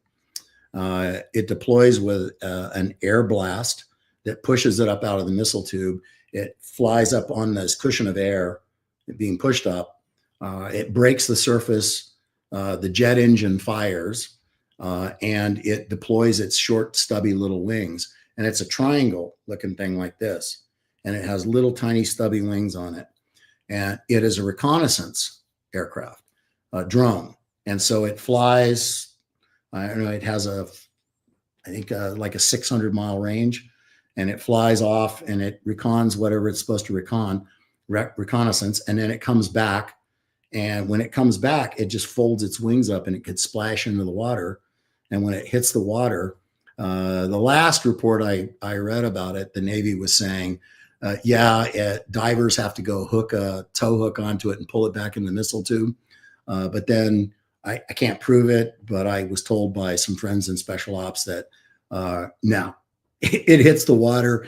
And I mean, look, I have a robot that cleans my house, and it goes right on back to its place to throw out the dirty water, put in clean water, clean its pads that it used for scrubbing, the floor, and offload all the debris that it's vacuumed. So if a D-bot robot from Ecovacs can do that, I think that a multi-billion-dollar reconnaissance craft can come down, splash in the water, find its way back to a hole in the submarine, and back itself in there and be ready for redeployment once it's been, they purge the tube and refuel it again. So yeah, it's totally autonomous. They just deploy it. It shoots up out and does it. But if you saw it, you would swear, I don't care if you're a military pilot and you're not read on to that, and you see it flying, you have no idea what that is. You would absolutely take a picture of it and go, look at this. It must be an alien. They would say it laughingly because they know that it's probably, some black project that's in development. But that doesn't keep them from pushing the alien and the extraterrestrial narrative, though. They just let the public keep going with that. Yeah. Yeah. And that's been a problem with these drones, too, because the government has said that, there's the White House representative that came out and said that we don't know what they are, that they're drones. They're never going to tell you what it is. Even if they did know. First of all, the White House representative doesn't know. That's a true statement. And nobody's going to tell them. I keep saying this and people don't catch it. I know you do, but people don't get it.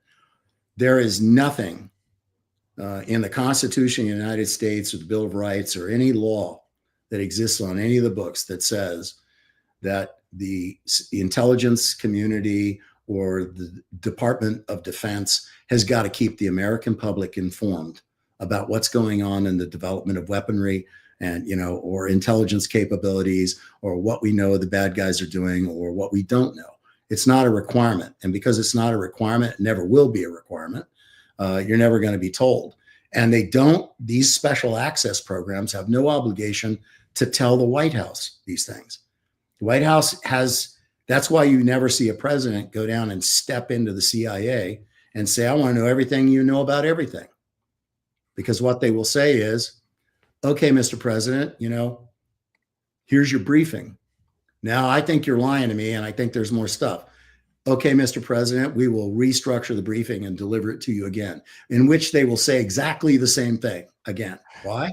There is no precedent and there is no legal requirement. The Justice Department cannot go to the CIA and say, you will tell him everything or we're going to prosecute you, because that won't happen. Because in every case, in every instance, the Supreme Court of the United States has defaulted to, in their responses to those, in their decisions, for every request ever made in the history of the United States by the public to say, we demand that information. The United States Supreme Court in every instance, and if you don't believe it, go read all the Supreme Court decisions because I have, yes, I have lonely days. Go read all of those decisions and find out exactly what they say. It defaults to the national security of the United States. And it will say, you do not have a need to know. And you may want to know, or you may feel like you have a need to know, or you may feel like you have a right to know, but none of the above is true. So you'll never know. They will not tell you. And why? Because if they tell you, it sets a precedent. And if they tell you one thing, next week you'll come back and want to know 2 more things. And the next week after that, you'll want to know 5 more things. And pretty soon, if the precedent unfolds in that way, you'll know things you have absolutely no reason to know. And so will the real or perceived enemies of our country. And that's why you're not going to know, ever. And everybody just refuses to accept that. So I'll ask the question again. What's been the big full disclosure on UFOs for everybody? I'm missing something in the newspaper or something online? Did big new information come out? I mean, everybody's been saying that's all going to happen, right? It's not going to happen. Well, do you not see something in the future that seems like it's going to just implode upon us? I mean, how long can they just keep saying that we don't know what it is, we don't know what's going on? I mean, Forever. What's the real end game with that? Because eventually, I mean, mainstream media is basically dead, dude. Like podcasts and people in the alternative communities and the alternative media puts up more numbers than the mainstream media does, more numbers than the New York Times does, more numbers than any of these big article people.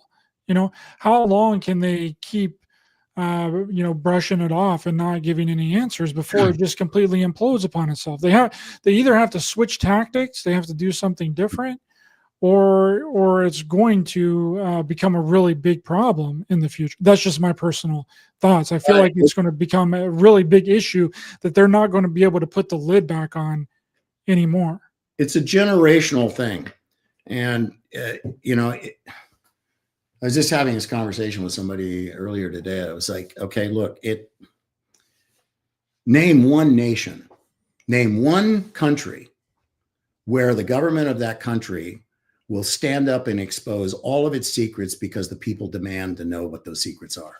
No, I'm not saying to, expose all the secrets or give all the secrets or the knowledge or tell the public exactly what's going on. But the current trajectory that the way that they've been doing it is starting to erode. I mean, we're seeing it in real time. Like their cover-ups and their deceptions are no longer working. People are starting to wise up to that type of influence and that type of propaganda. They have to do something different. If they don't, then it's going to collapse in on them. That's my personal thing. And that's not me saying, and the things that people think that are happening, that doesn't even mean that what they think is happening is actually correct. That doesn't mean that the alternative media is correct. That doesn't mean that any of these people are even correct. But the way that they're doing it is going to eventually stop working. Well, if that were the case, it's been working for over 200 years. And you may be correct that it's going to stop working, but sorry, I got an ant on my damn computer. It's probably a drone ant. Drone ant? Yeah, drone Ant-Man, you got Ant-Man in the computer. I don't disagree with what you're saying, but I have to always say, okay, so what is it that anybody has seen? Like people all think that the curtain's coming down and eventually, we're wearing it out and we're peering through the holes, and you're actually not. And you're thinking you're unraveling the great mysteries of it all. But if you go back and read through history about things that people made important along the same lines, and you see what actually happened and rather didn't happen, you'll start to understand that how they see, not me, how they see you and what everybody is thinking is going to happen is they just look at it as it's a flash in the pan. Give it another 5 years, everybody that's here doing this, they'll be gone. Or another 10 years, they'll be gone. Some will be dead. Others will be actually trying to make a living, or you're going to school or having a family or doing those kinds of things. But It's your attention spans to them are light and low and easily extinguishable, and they have trillions of dollars to put towards these programs that are going to be that they can use any manner of disguising or putting them away. And there will only come a time where you actually know what it is when you actually see them employing it. And when they employ it, then they'll tell you about it, like the F-117 fighter or the B-2B bomber or the different kinds of weapons. And again, you'll never get the full story on the capabilities of it, but black programs eventually become programs that are deployed, manufactured, and utilized. And then you hear about them and you see them. But when they are being developed and when they're black, they're not going to tell you anything. And if we're going back to the UFO thing or, aliens and that kind of stuff, look, I think you'd have to be an absolute fool to think mathematically, logically, theoretically, realistically, experimentally, logically that we're the only intelligent life in this solar system or in this galaxy or in the visible known universe. You'd have to be an absolute fool to think, that we're the only thing that, is here, or that we were even first is here. So I am fully aware of and accept and believe and know on some level, although I can't empirically prove it, that there are other civilizations and that there are other life forms, from everything from single cell to very complex organisms, smarter than us, brighter than us, more advanced than us. As a remote viewer, I've seen it, but again, I can't prove it. So I don't talk about it that heavily because it just makes me like another purveyor of hearsay, and I don't want to do that. So is that stuff real? Yeah, it's real. But I keep asking the question, what's the benefit to us? I mean, why is everyone thinking about making that the primary objective, is to seek truth in that, when you're thinking about the wrong things? You're worried about the wrong things. Look at the crap that's going on in the world around you and focus on what you can do to make our nation better and stronger and more literate and more powerful in math and science and other things. Focus on those kinds of things. Build children up to understand their inherent abilities, to be omnipotent, omniscient, omnipresent, to understand eternity, to understand those kinds of, empower them with that. You're gifted with it at birth. Why is it not being nurtured and developed? All the things that we could be focusing on, we're running around setting our hair on fire, bumping into other people to set them on fire, and then bumping into somebody else to set them on fire about aliens and about, we want to see it. And damn you, you have to show us the truth, government. We know you got them. Just because all we want to know is the truth. I know I'm getting animated about it because I just am like, God damn, all the things to get scrambling around about. And, the whole idea that, in order to trust my government, they have to tell me whatever I ask them to tell me. You're smoking the wrong thing, man, or whatever it is you're doing, because that's never been that way and it never will be that way. And there's not another government on this little blue planet that deals with things that way. Not one. And if you can find one that whatever you as a people ask for, it'll turn right around and show you. And if that really is what you need to float your boat, then I would go there, because then all you'd have to do is say, hey, King so-and-so, or hey, President this, or something else. I mean, tell me where you think you might go, where the national security of the people of that nation does not come first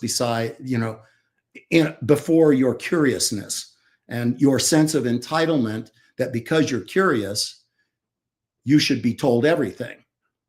Not going to happen. I know you all hate me to hear me say that, but it's not going to happen.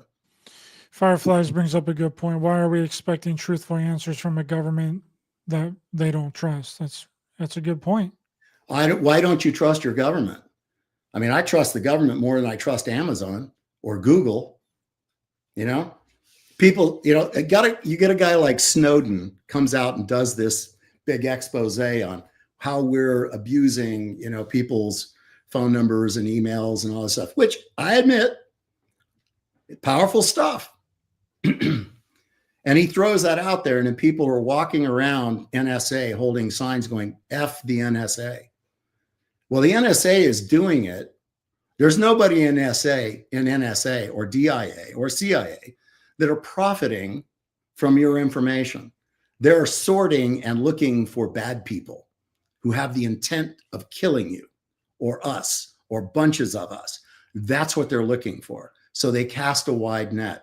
But it's all FNSA, FDIA, big protesters marching around and doing all that stuff, which to me was like, are you kidding me?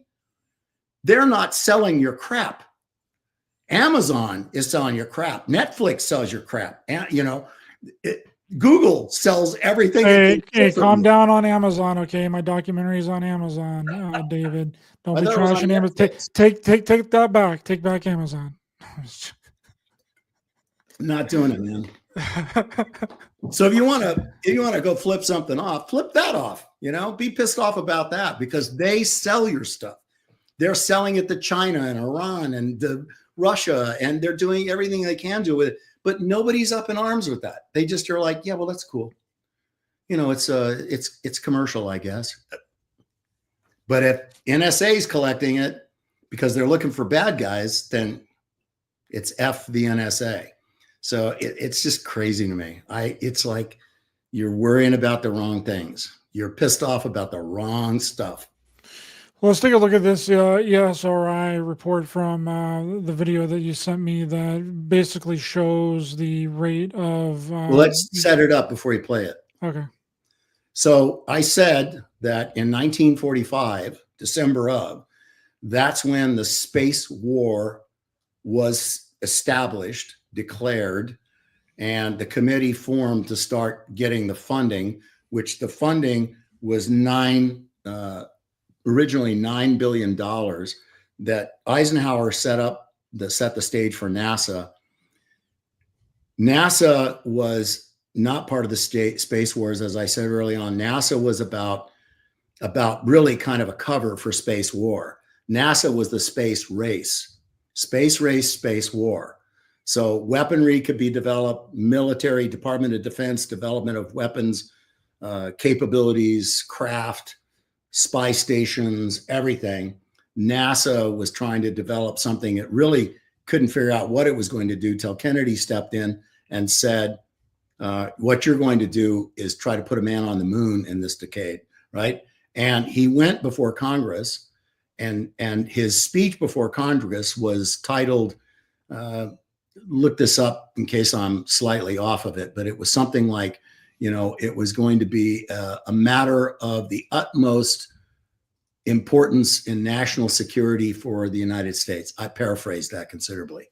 And he ended up getting $9 billion, which back in 1960 was a lot of money. And out of that $9 billion, I think 2 were given to NASA and the rest was given to the United States Air Force and the labs that were working with the US Air Force to start developing the space war even further. So what I want you to pay attention to is this ESI has a timeline on the bottom, and it starts, but watch how the brightening, because what happens is everywhere there was a reported UFO sighting, this organization has it show up as a light. So it starts to show up and brighten and brighten and brighten. Pay attention to where you start to see it, and pay attention to as the timeline moves and the space war moves along in its development and expansion, how many reported UFO and alien encounters are shown there. That's the setup for this. Got it. Let's take a look. I turned the sound off because I don't know if it's copyrighted sound. 1938, so 1945. Now, as we start to develop craft, look at the lights. 47, up into the 50s, the 60s, right? Now we got wingless, we have lifting body aircraft, anti-sat missiles. We have platforms in space as reconnaissance. We have unmanned aerial drones as far back as the 50s.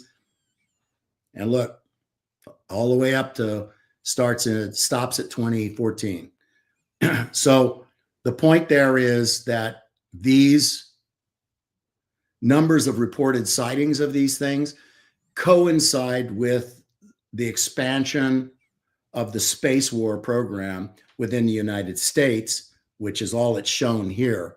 But it was also being developed by the Soviet Union. The Chinese didn't come into it until in the 60s when they started getting involved in it. But there is a direct correlation with the advancement of the space war program and the number of these sightings. Now, not for an instant, so don't any of you get yourself in a wad about this. I'm not saying that every one of these reported sightings are a Space Wars Department of Defense, vehicle of some kind. I'm saying look at the correlation and understand it as factual, and then understand that there may be a percentage of these which might be real alien spacecraft, but we have no way of proving that, do we? Because I've never touched one, and I've never touched an alien. So never touched an alien spacecraft. Touched some really exotic craft that were developed as part of the space wars, but never touched an alien craft. Look at how the United States is lit up like a freaking Christmas tree in 2014. It's wild. Because that's where the majority of the reports all come from. All UFO sightings predominantly come from the United States. You see just a few down here in South America, but it's predominantly all right here in the United States. It's wild. And you'll have people that look at that and then they'll be, but there were reportings of UFOs back in the 1600s. That's a moot point. What difference does that make? You got one historical writing, or you've got something on a cave, or you've got something somewhere else where somebody is saying that, these are interpreted as spacemen, chariots of the gods and all that kind of stuff. Really interesting stuff, but interpretation. I mean, obviously the pictographs look convincing, but this is what we're looking at right now. The development of the space war and the intention to occupy space as the next dimension of war. Not to fight aliens, but to fight the Soviet Union, Communist China, you name it. And if you don't think that there are bad actors out there, including in some ways, maybe us, but I live here, so I'm going to support it, Yeah, it absolutely makes sense that us developing this technology from after World War II is like immediately when people started having reports of seeing strange craft, because one, they don't know what it is. Two, they're not a part of the military. They're civilians. They don't have a need to know on what that type of craft is. And they think that it's some sort of alien technology. I mean, some of the first modern sightings was with Kenneth Arnold in Washington, when he's seen the craft flying over Mount Rainier in Washington, and he said, and those craft, the way that they were drawn and what they kind of looked like, was a B-2 stealth bomber. That's what they look like. What he drew looked almost identical to what we now know as a B-2 stealth bomber. But nobody knew what a B-2 stealth bomber looked like in 1947. Yeah, I mean, here's another example. The Phoenix Lights in what was that? 13 March 1987, right? That was, you go through what people thought they saw. They see this, observers see a craft that they're deciding, they said was huge 60-degree carpenter square with 5 spherical lights. Well, actually a carpenter square is actually 90 degrees, but this craft was in fact 60 degrees according to reports. And they said that the craft was like 100 to 150 feet above them, and others on the ground required. They talked about there in Phoenix, so you could get up. If you've been around Phoenix, there are these high rock outcroppings, and people could get up to those very quickly. And there were people throwing golf balls and rocks at the underside of this craft as it went past them. That's pretty brave, in my opinion, if you really do think it's an alien spacecraft. So people were shooting fireworks at the drones in New Jersey. Yeah, they're shooting bottle rockets and fireworks and shooting guns at them. So there was a huge deception that was put into play, given the explanations given by the military over this 13 March 1997. I think I said 87, no, 97. The military said it's Operation Snowbird at David Motham Air Force Base. It's a training of an Air National Guard pilots with A-10 Thunderbolts flying in formation from the Maryland National Guard. Static lights were due to aircraft not having to use anti-collision lights, according to a spokesman for the FAA. You know, the lights were seen at 2,200 hours, and they were classifying them as Lima uniform 2 Bravo illumination flares that were dropped out of AC-130s. You know, and then they were seen again. Same kinds of lights were seen again, 6 February. And what this thing was, just so I'll tell you what it was. And you can look this up. It's open source. So you can actually go see it. It's an aerospace orbital airship. They started working on these things in 1964. Once they go from the ground up into space, they look exactly like the craft that you're talking. You can actually pull it up because you've still got that PowerPoint that I gave you. Do you?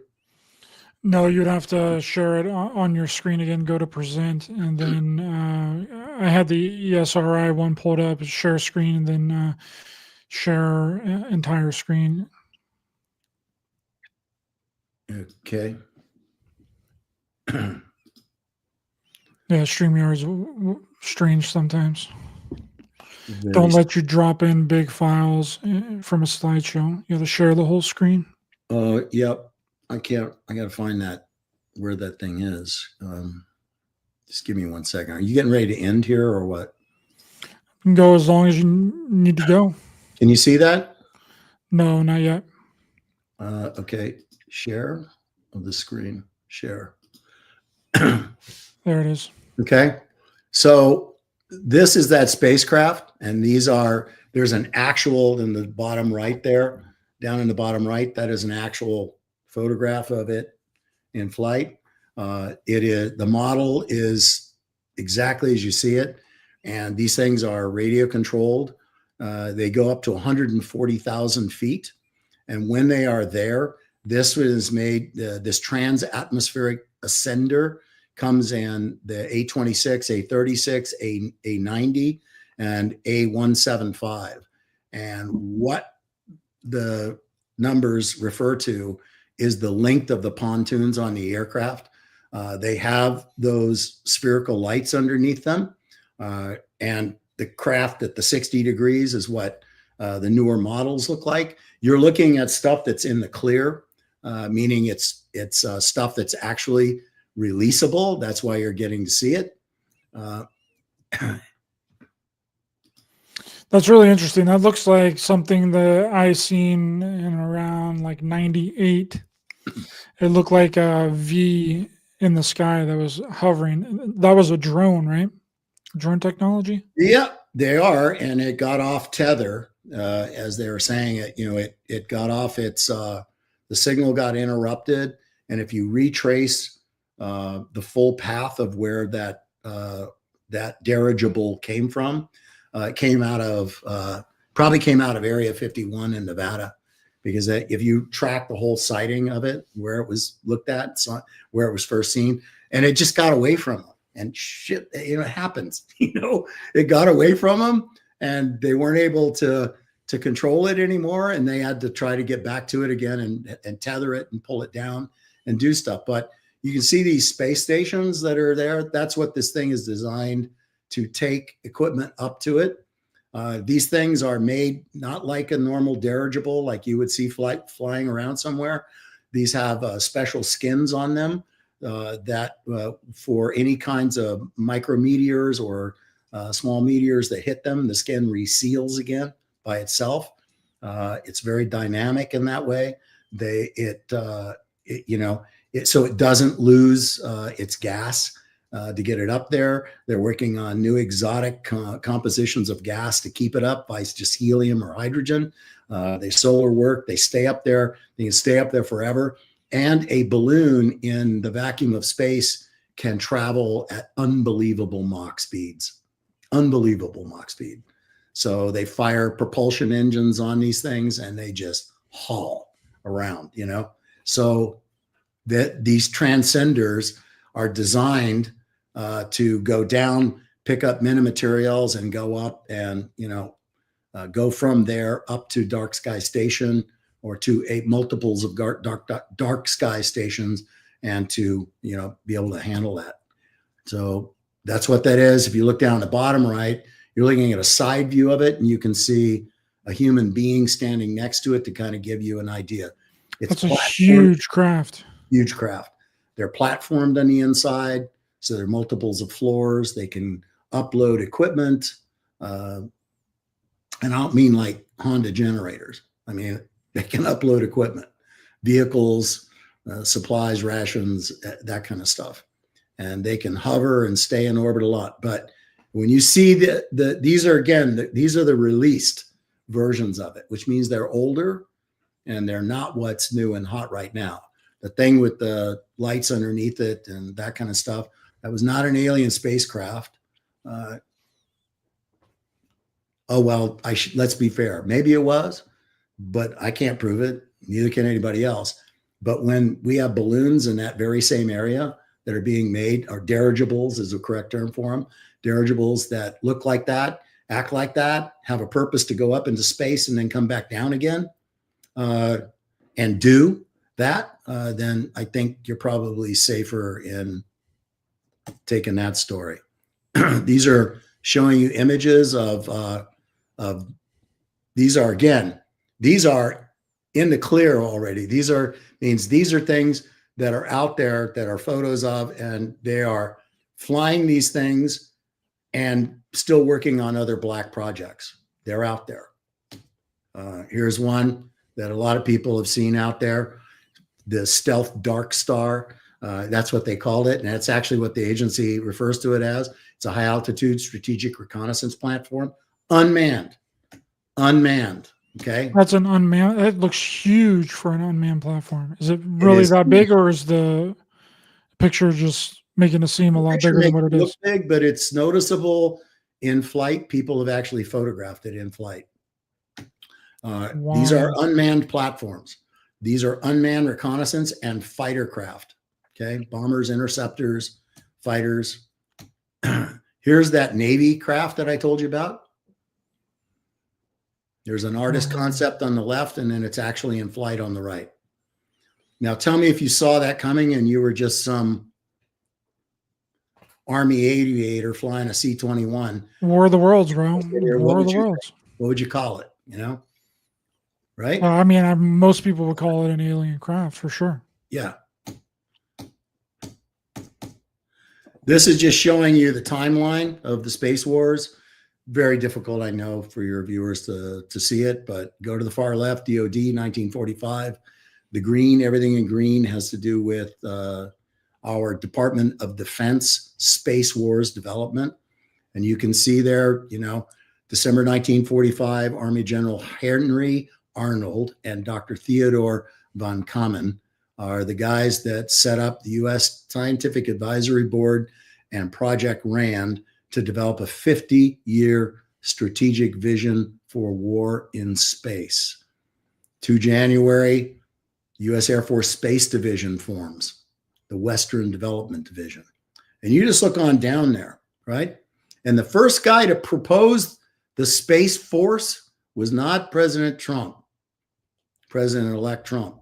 It was President Ronald Reagan in 1982. He first proposed the Space Force as a new DOD branch, and the Air Force did away with it because why do you think the Air Force did away with it or killed it when Reagan left? and Clinton got in. Why? Money. And that's their territory. Like, that's their thing. Well, They've doubled as a space force for a lot of years. That's right. It's their territory, as long as they could continue to convince the administration that they were the ones that should be doing it. The reason those first NASA programs weren't even run by NASA; they were run by the Air Force. They were all run by the Air Force. Yeah, they were not run by NASA. NASA had nothing to do with any of that at all. Period. Nothing to do with it. So the space race begins basically 20 February 1962. That's when the space race begins. Or actually, yeah. Well, they get their allocation of the 9 billion funds, and that's when they start having purpose, in doing what they're doing.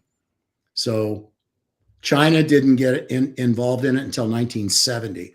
I think earlier I said 1960s, but it was 1970 when China got involved. Soviet Union was involved October 1957.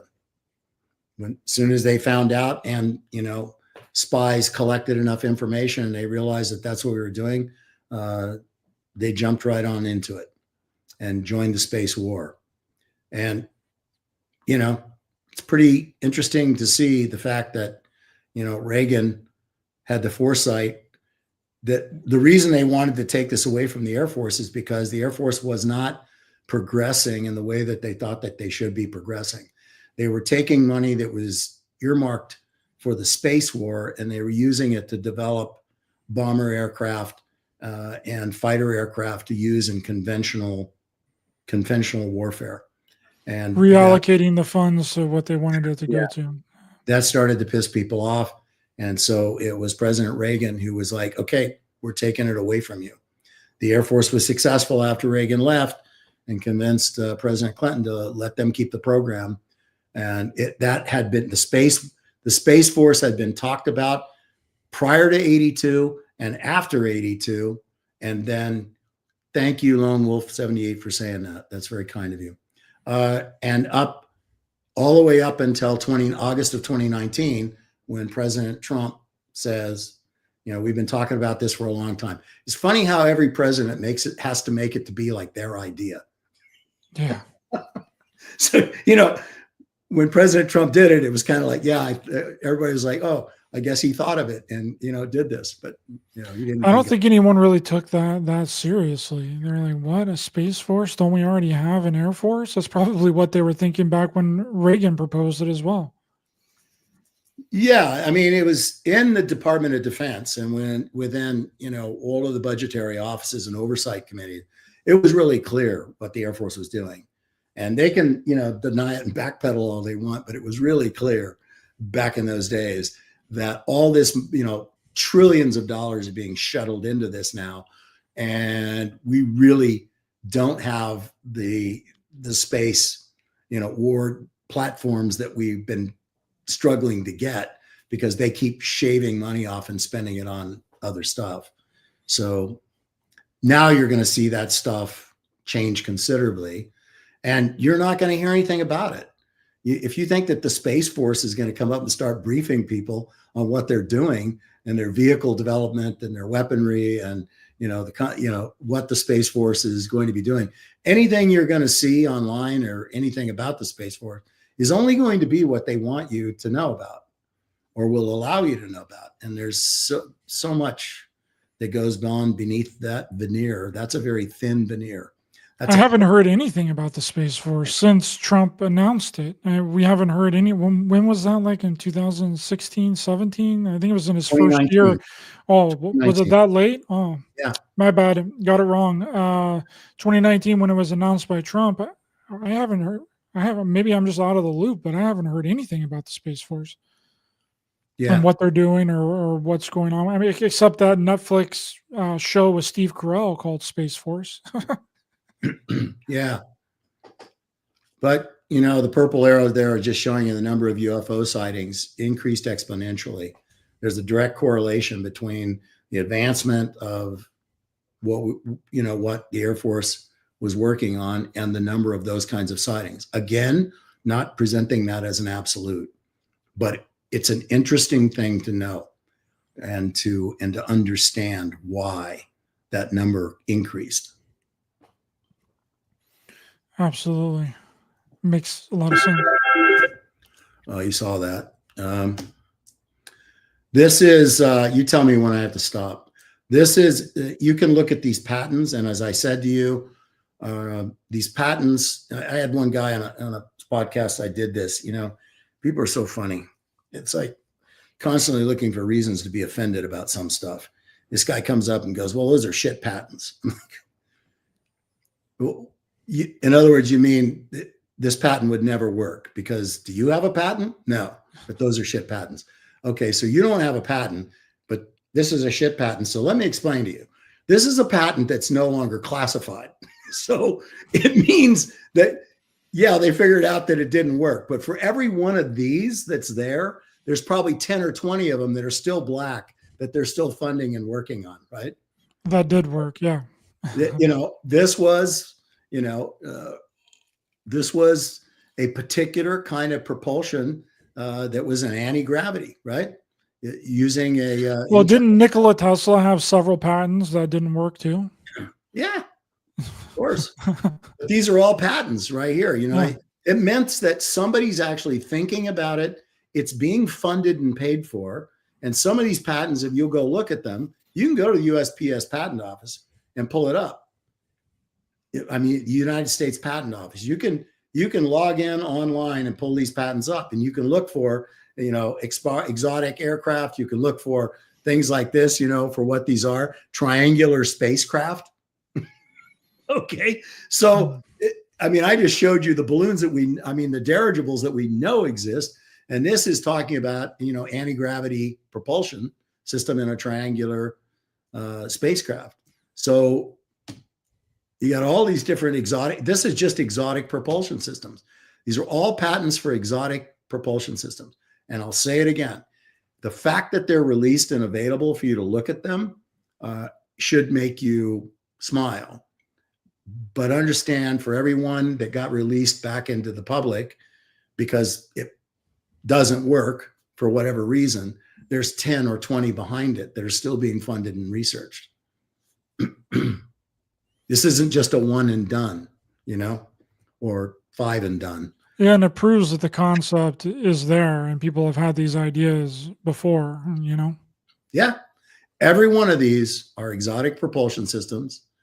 And these are the ones that cease to be funded, that are out there. The patent stands, but, but there you go.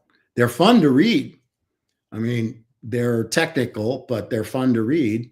And hey, do you see this little, this little orb thing here? Patent came out in 2008. What do you think about that? I can show you a Japanese Department of Defense video of an orb that'll pop up out of a shell and follow a guy all over the place. And these things are skinned. They're fan driven, but they are skinned, and they are skinned in such a way that they look like a round intact orb, because it's the skin coating around the shell that looks like these, right? That allows it to intake and output through the skin. And the skin can be reflective, and it's reflective not so it can look mysterious like an alien orb, but it's reflective so that radar signatures, they can't get a good read on it. Scattered form. It hits a sphere and it scatters in different directions. It doesn't bounce back to the radar receiver. So they don't get a good radar read on it, or they don't get any radar. It's invisible to radar. That's the intent behind it, like that. Which looks almost identical to the types of video footage from New Jersey and these orbs. Like it looks almost identical. Yeah. Plasmas for spacecraft propulsion. There's UK patents here. It's all there, folks. Nothing you can't see or read about and get an idea for. There's another spear, Yeah. Using, magnetics to create these things that can fly like that. Again, for every one you see here, there's 10 that are still being worked on. Here's anti-gravity stuff that's out here. Anti-gravity propulsion systems, again, technical, but you read them and you go, wow, I wonder how many billions it took for us to decide that this one didn't have an application. It didn't actually work. But tell me that a lot of brilliant minds didn't spend some time creating these, right? Oh, they absolutely did. I mean, I would read it and have no idea what they're talking about, but I can definitely see where a lot of people put a lot of time, energy, and effort into creating these patents. And a lot of money. Some of these patents, you'll look at them and they are owned by the Navy or the Air Force. Some of them are even owned by the Army.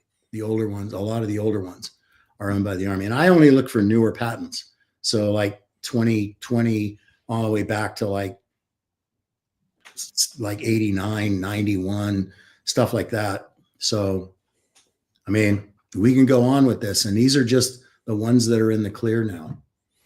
Well, I want to show you the video of the orb that was supposedly that got footage of it in New Jersey, and you tell me what you think that if it's one of these types of. Do I have to hit stop share here, or did no, you? No, here it is. Okay. What does this look like to you? Does it look like one of those orbs that you were just mentioning? I'd have to do that. Pull it in. Let me see if I can. Let me show you. Let's do why don't you stop that and let me pull in another one for you to see. Okay. So I'm going to go present again a video file.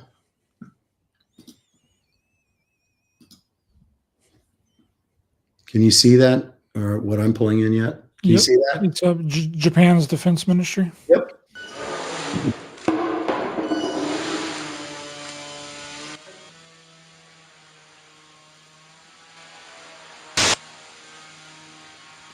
Oh, wow. Is this done by AI? Yeah. And there are skins that are classified, the makeup of those skins that go around that orb. It does not go like that. And they carry cameras, they carry, they can carry weaponry on them, light scale lasers and other kinds of stuff. They can blind, they can puncture, they can do all that kind of stuff. They can. What that reminds me of? It reminds me of those Star Wars round drone things. You know what I'm talking about on Star Wars? The black drones that would shoot at people. That's what it reminds me of. Yeah. That's wild. Yeah, and when you see the more when you see them covered with the anti-radar coverings and other stuff that go on them, that's when you really get fooled about what it is. Now, what you were looking at and the thing you were producing, I have no idea what that is. That could be an artifact on a lens. That could be something somebody created and put out there. It could be an atmospheric condition. It could be a portal. It could be a lot of different things. And I would want to see it, in person. It looks a lot like it could just be two strong votes would be atmospherics. And an atmospheric, you get certain kinds of temperature gradients and other stuff that cause high concentrations or dissipated temperature gradients, moisture gradients, and other things that cause ambient light to reflect like that. Or it could be a portal. And if it's a portal, then it's like an opening to another dimension.